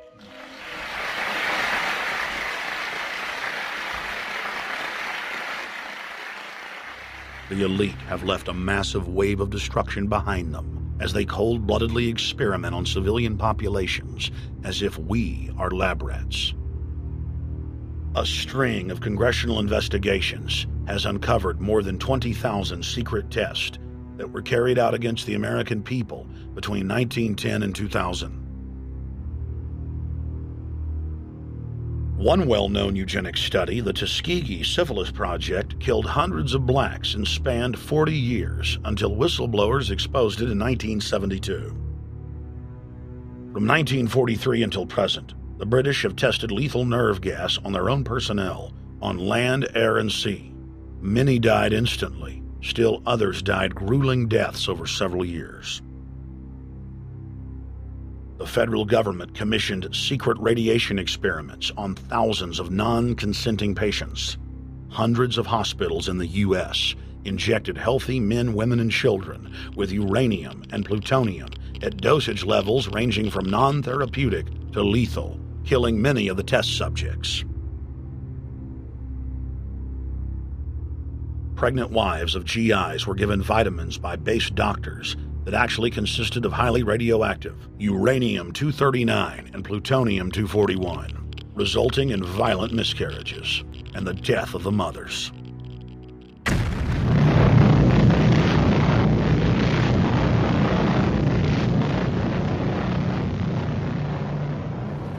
Soldiers, sailors, and Marines were used as guinea pigs in hundreds of atomic and hydrogen bomb tests. Patriotic Americans were radiated side by side with lab animals.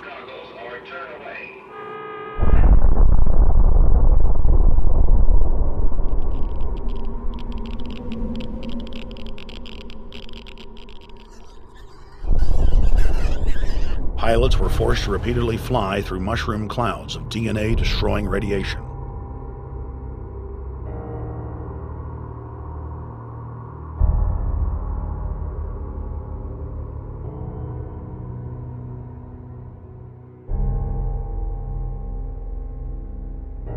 From 1951 to 1961, the U.S. Army paid Israel's health ministry 3 million lira to conduct radiation testing on Sephardic children that immigrated to Israel.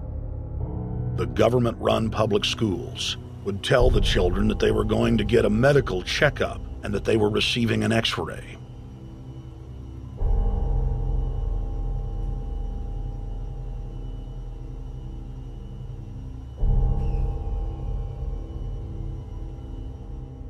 The Pentagon had already radiated more than 4,000 institutionalized children in the United States, many of which had died. More than 110,000 of the darker-skinned Jews were given 35,000 times the maximum dose of X-rays to the head repeatedly. Many of the children died within months. All of them lost their hair. Some still live today and endure excruciating health problems. The covert testing of chemical, biological, and radiological agents on unsuspecting populations continues worldwide today.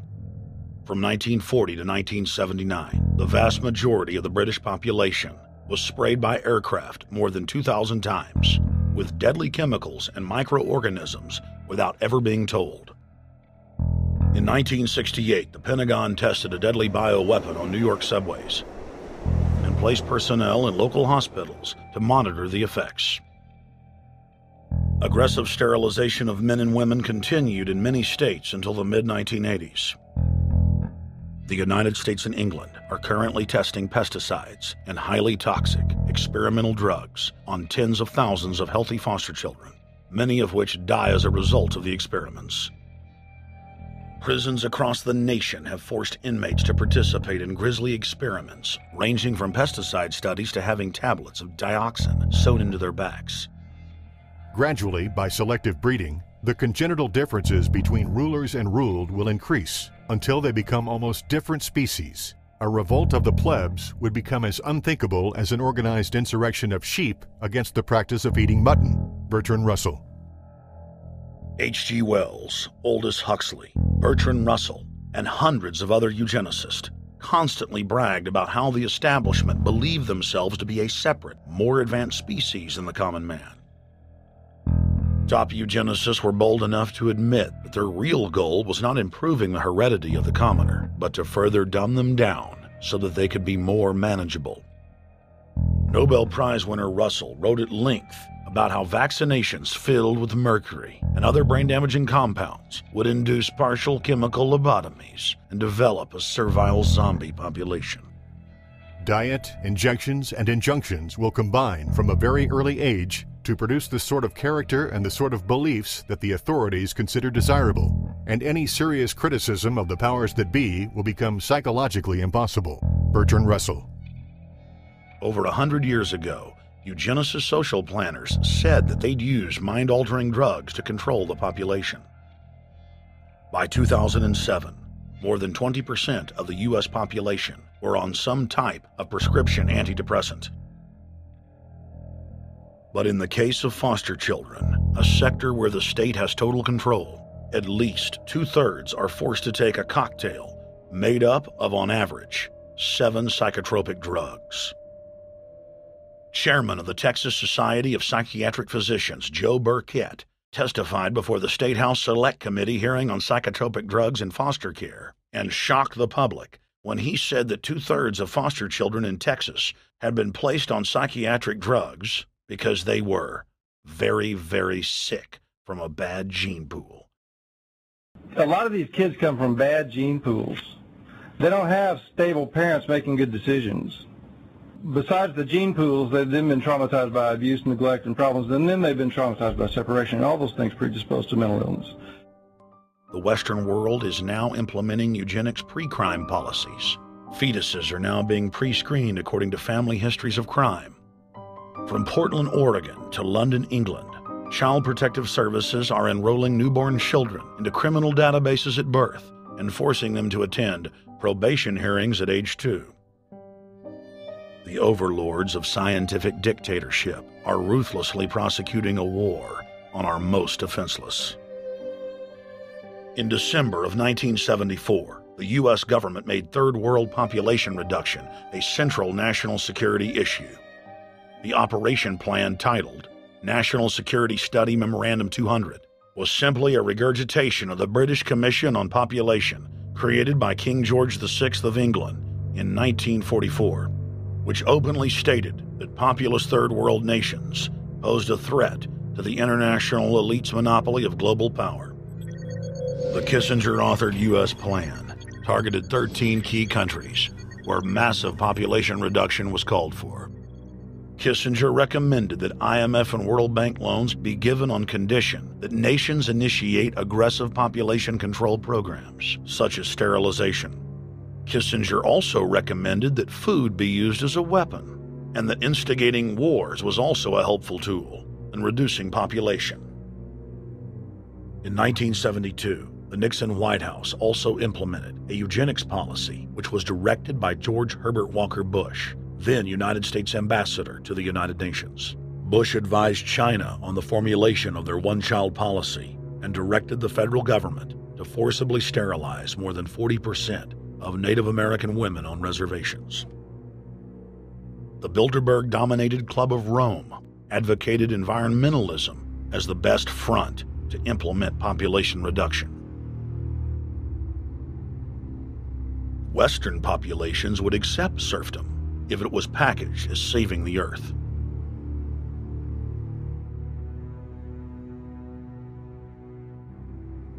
Industrialization of Africa, Asia, and Latin America could be blocked. Citizens would more willingly give up their national sovereignty if it were sold as a way to help the planet. The think tank also concocted the peak oil fraud as a way to create artificial scarcity. And the Club of Rome has been aggressively pushing a global carbon tax as a way to fund their planetary government. In the draft copy of the United Nations Global Biodiversity Assessment, it states very clearly that we must reduce the human population from its current level of about 6 billion people down to about 1 billion people. In the 1970s, South Africa developed race-specific bioweapons to target blacks and Asians, and then subsequently sold the technology to Israel in the mid-1980s. In September of 2000, the Project for a New American Century published a document in which Dick Cheney described race-specific bioweapons as politically useful tools. And somebody mentioned, well, why would they want to reduce the human population when that means less money for them? Most people have no idea. They're not after money. They have all the money they need. They're after power. That's their aphrodisiac.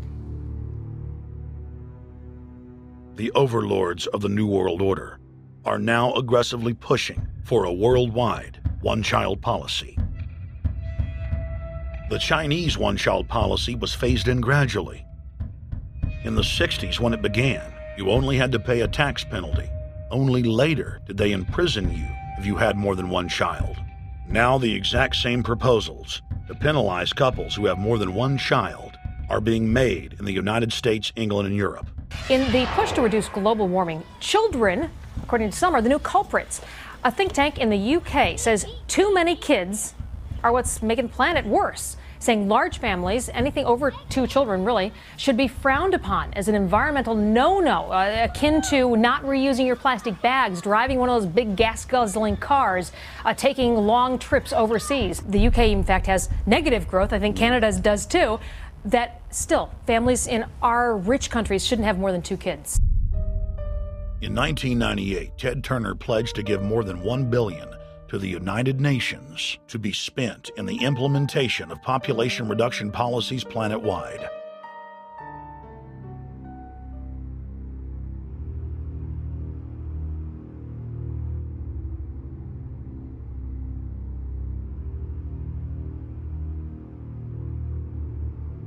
In 1999, the Bill and Melinda Gates Foundation gave $2.2 billion to Planned Parenthood, the United Nations Population Fund, and other population reduction groups.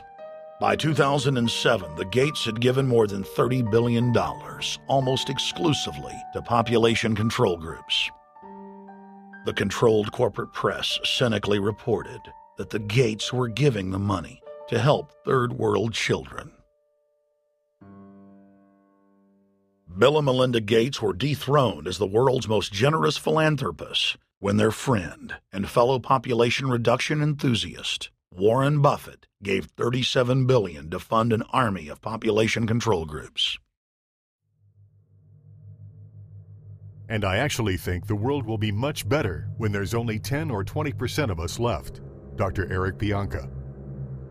Prominent University of Texas biologist Dr. Eric Pianka, while receiving an award from the Texas Academy of Science, said that the worldwide AIDS pandemic was, quote, no good, it's too slow, and went on to laud the virtues of Ebola because it would kill 90% of the world population quickly. When his statements erupted into a national controversy, his graduate students defended him, stating that Pianka was too conservative and that all humans should be killed. But most frightening was the fact that in a crowd of over 1,000 prominent scientists, local newspapers reported that 95% of those in attendance gave Pianka sustained standing ovations every time he extolled the virtues of mass-culling microbes and man's destruction.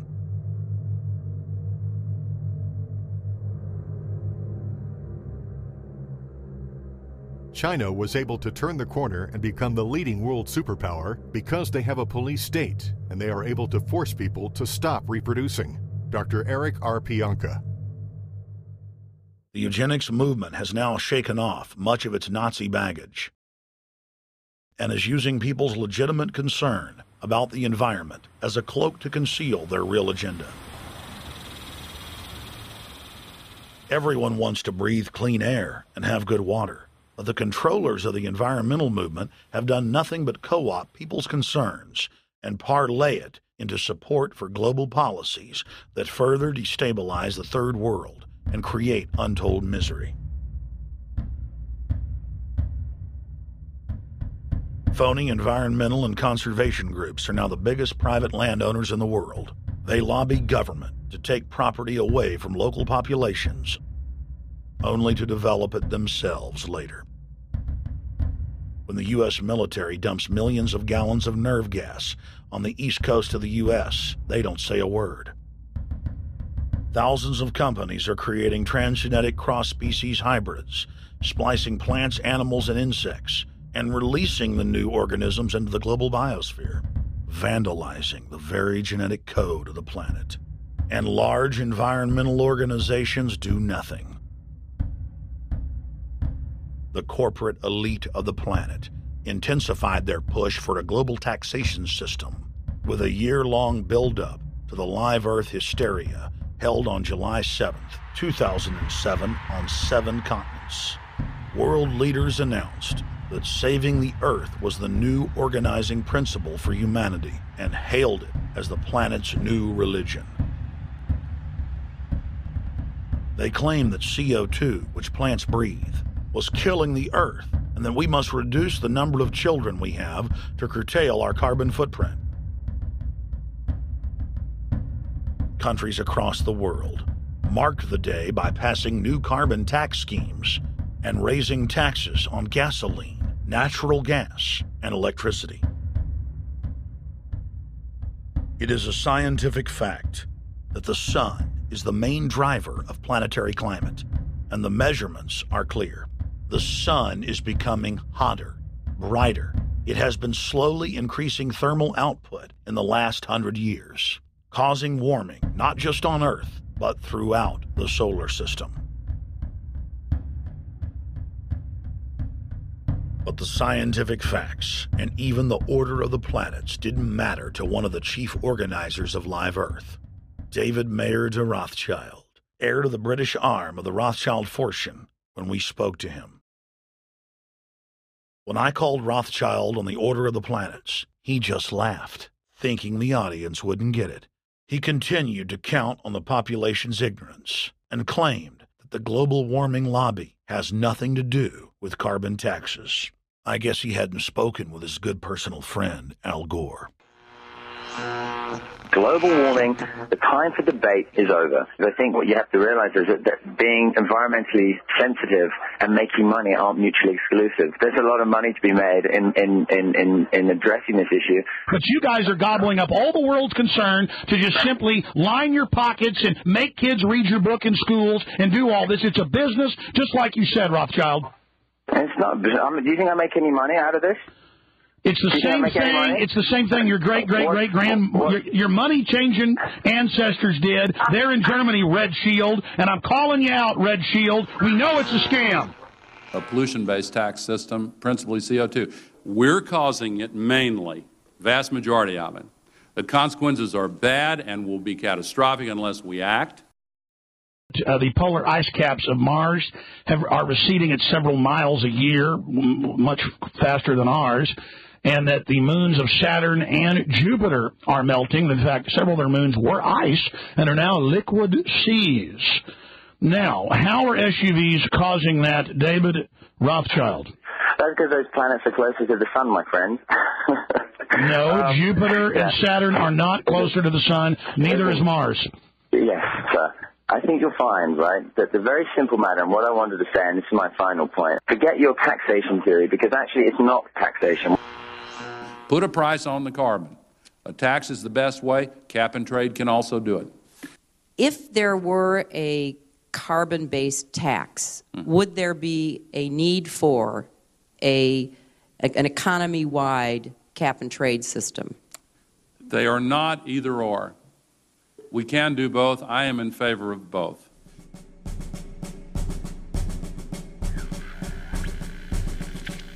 The architects of the New World Order are in a race to complete the structure of world government so they can suppress the independent development of technologies that threaten their monopoly of power, while at the same time steering new developments in the direction the architects chart for humanity. The technocrats call their governing system the final revolution because in the past, empires were enforced militarily. Now enforcement is primarily psychological and economic, and society itself is a construct of the elite who operate outside the controlled paradigm and control the civilization within, just as a child maintains the environment of a fish tank. We are like lab rats, living out our entire existence, never questioning the confines of the cage or the scientists who experiment on us. New World Order engineers have hijacked human destiny. Its controllers have closely studied human behavior for more than 100 years and are now steering us with expert control, using our primitive drives and desires as levers. They have developed their mind control systems to the point of being able to control the average unconscious person like a car.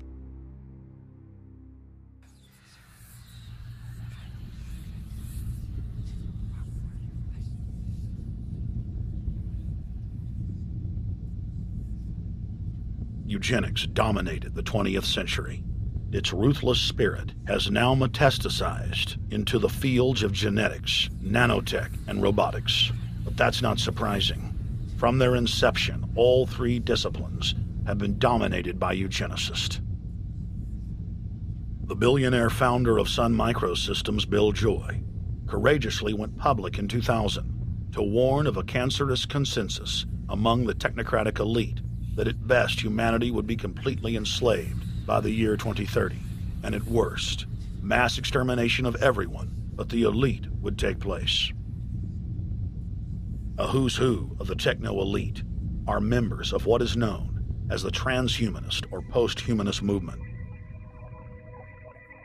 Many of its adherents see only the beneficial aspects of technology's exponential rise, like bringing sight to the blind, sound to the deaf, and longer life for all. But what many of them don't know is that master eugenicist Julian Huxley founded transhumanism, and that society's controllers openly admit that the new system is designed to progress into absolute tyranny.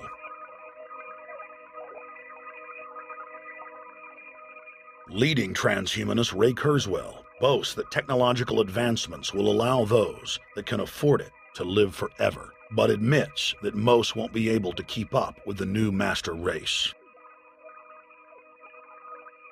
The drive for world government is now all about who will control and have access to radical life extension systems. Biological evolution is too slow for the human species. Over the next few decades, it's going to be left in the dust. Transhumanists believe that they will attain the fountain of youth by merging with technology. Now, it may be within their reach.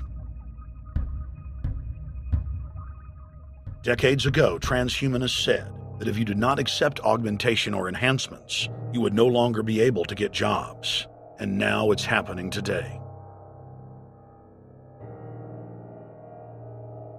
The elite who occupy the commanding heights of digital reality are suicidal nihilists. Suicidal nihilists know that there is no longer any substantive purpose to their willing, but they would always prefer to go on willing than not to act at all. They can very happily ally themselves with the notion of nuclear holocaust or perfect exterminism. Technology has become so powerful in its capacity for destruction that free humanity cannot afford to let psychopathic technocrats with delusions of grandeur repeat the mistakes of their forebears, because it is highly probable that this time they may destroy everything, including themselves in their mad rush for godhood.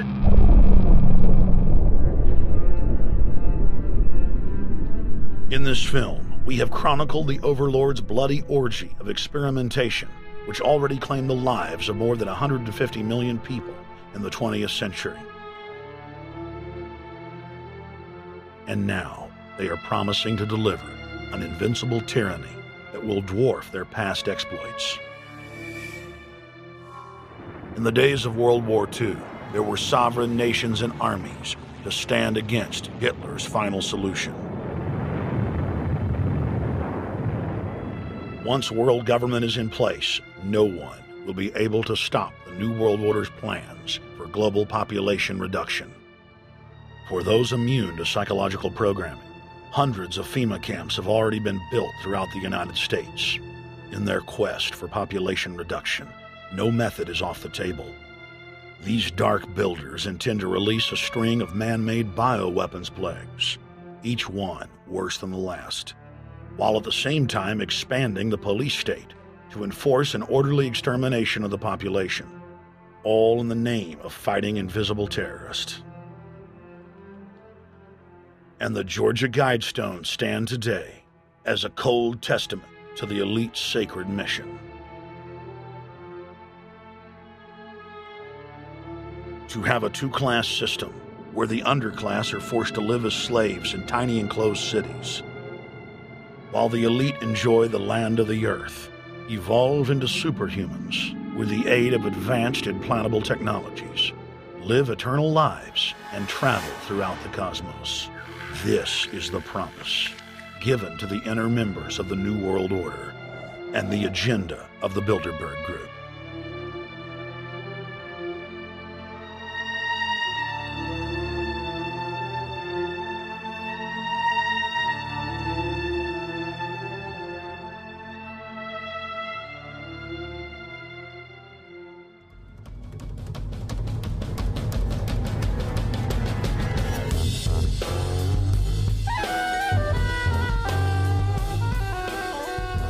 In 2007, Jim Tucker continued his 30-year quest to expose the globalist by traveling to Istanbul, Turkey, the site of Bilderberg, 2007.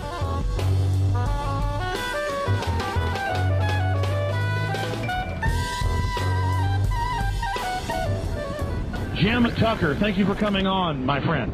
It's always fun. Jim, tell us what you saw today when you were out at the Ritz Hotel. We were at the Ritz-Carlton. It looked like a typical Bilderberg scenario. They had the armed guards all around the place.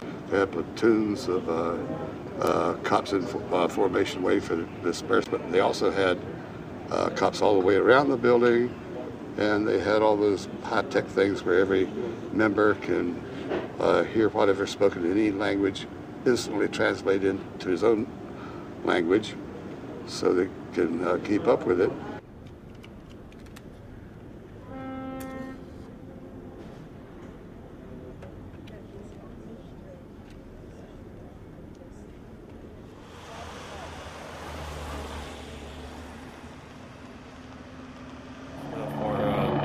Spotlight then, I'm doing the same thing for American Free Press.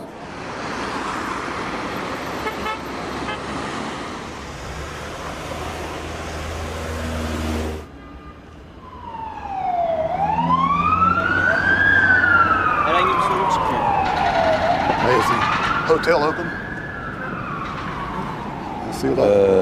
Şu İngilizce bilen var mı? Ben bilmediğim için.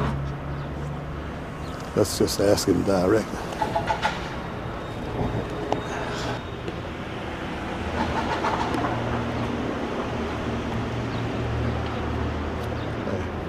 Is Bilderberg meeting here this weekend? You can look this way. We had my two personal cops following me today. I was not aware of it because my nose is always sticking to the camera and my jaws are always flapping. But the TV crew said those guys are going to follow you. And their car followed us out to the hotel. Then they identified the two cops in plain clothes, not business suits, but sport shirts and so forth. Yeah. That's the car that's been on our ass? Yeah. I want to photograph him? Yeah. You are, aren't you? Well, they're very likely Bilderberg boys.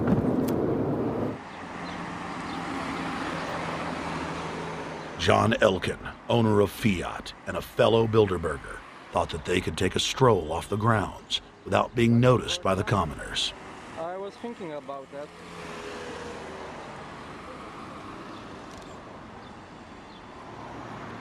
This Bilderberg attendee sneered at our camera.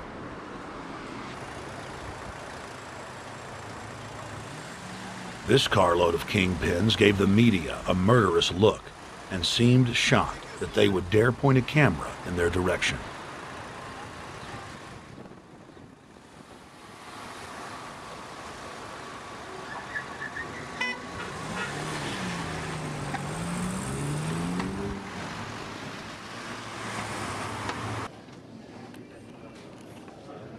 In 2007, the Bilderberg Group received the heaviest global coverage in its history.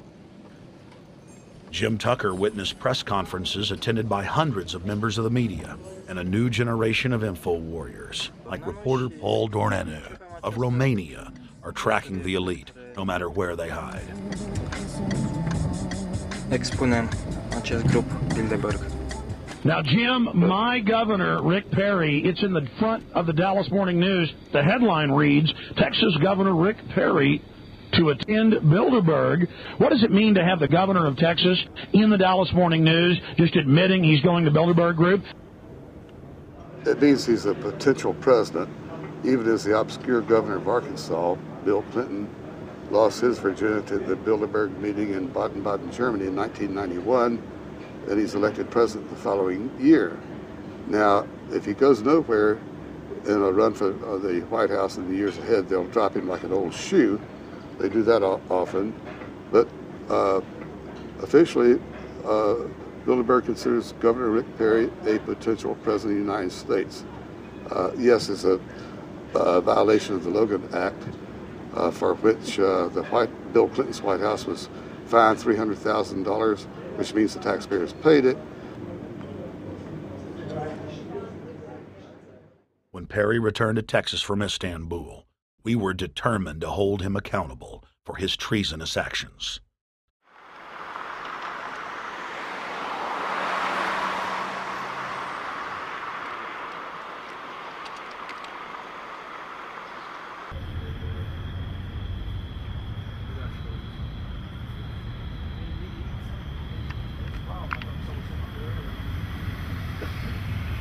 We don't want our roads, our water, our power plants, our entire infrastructure turned over to the New World Order.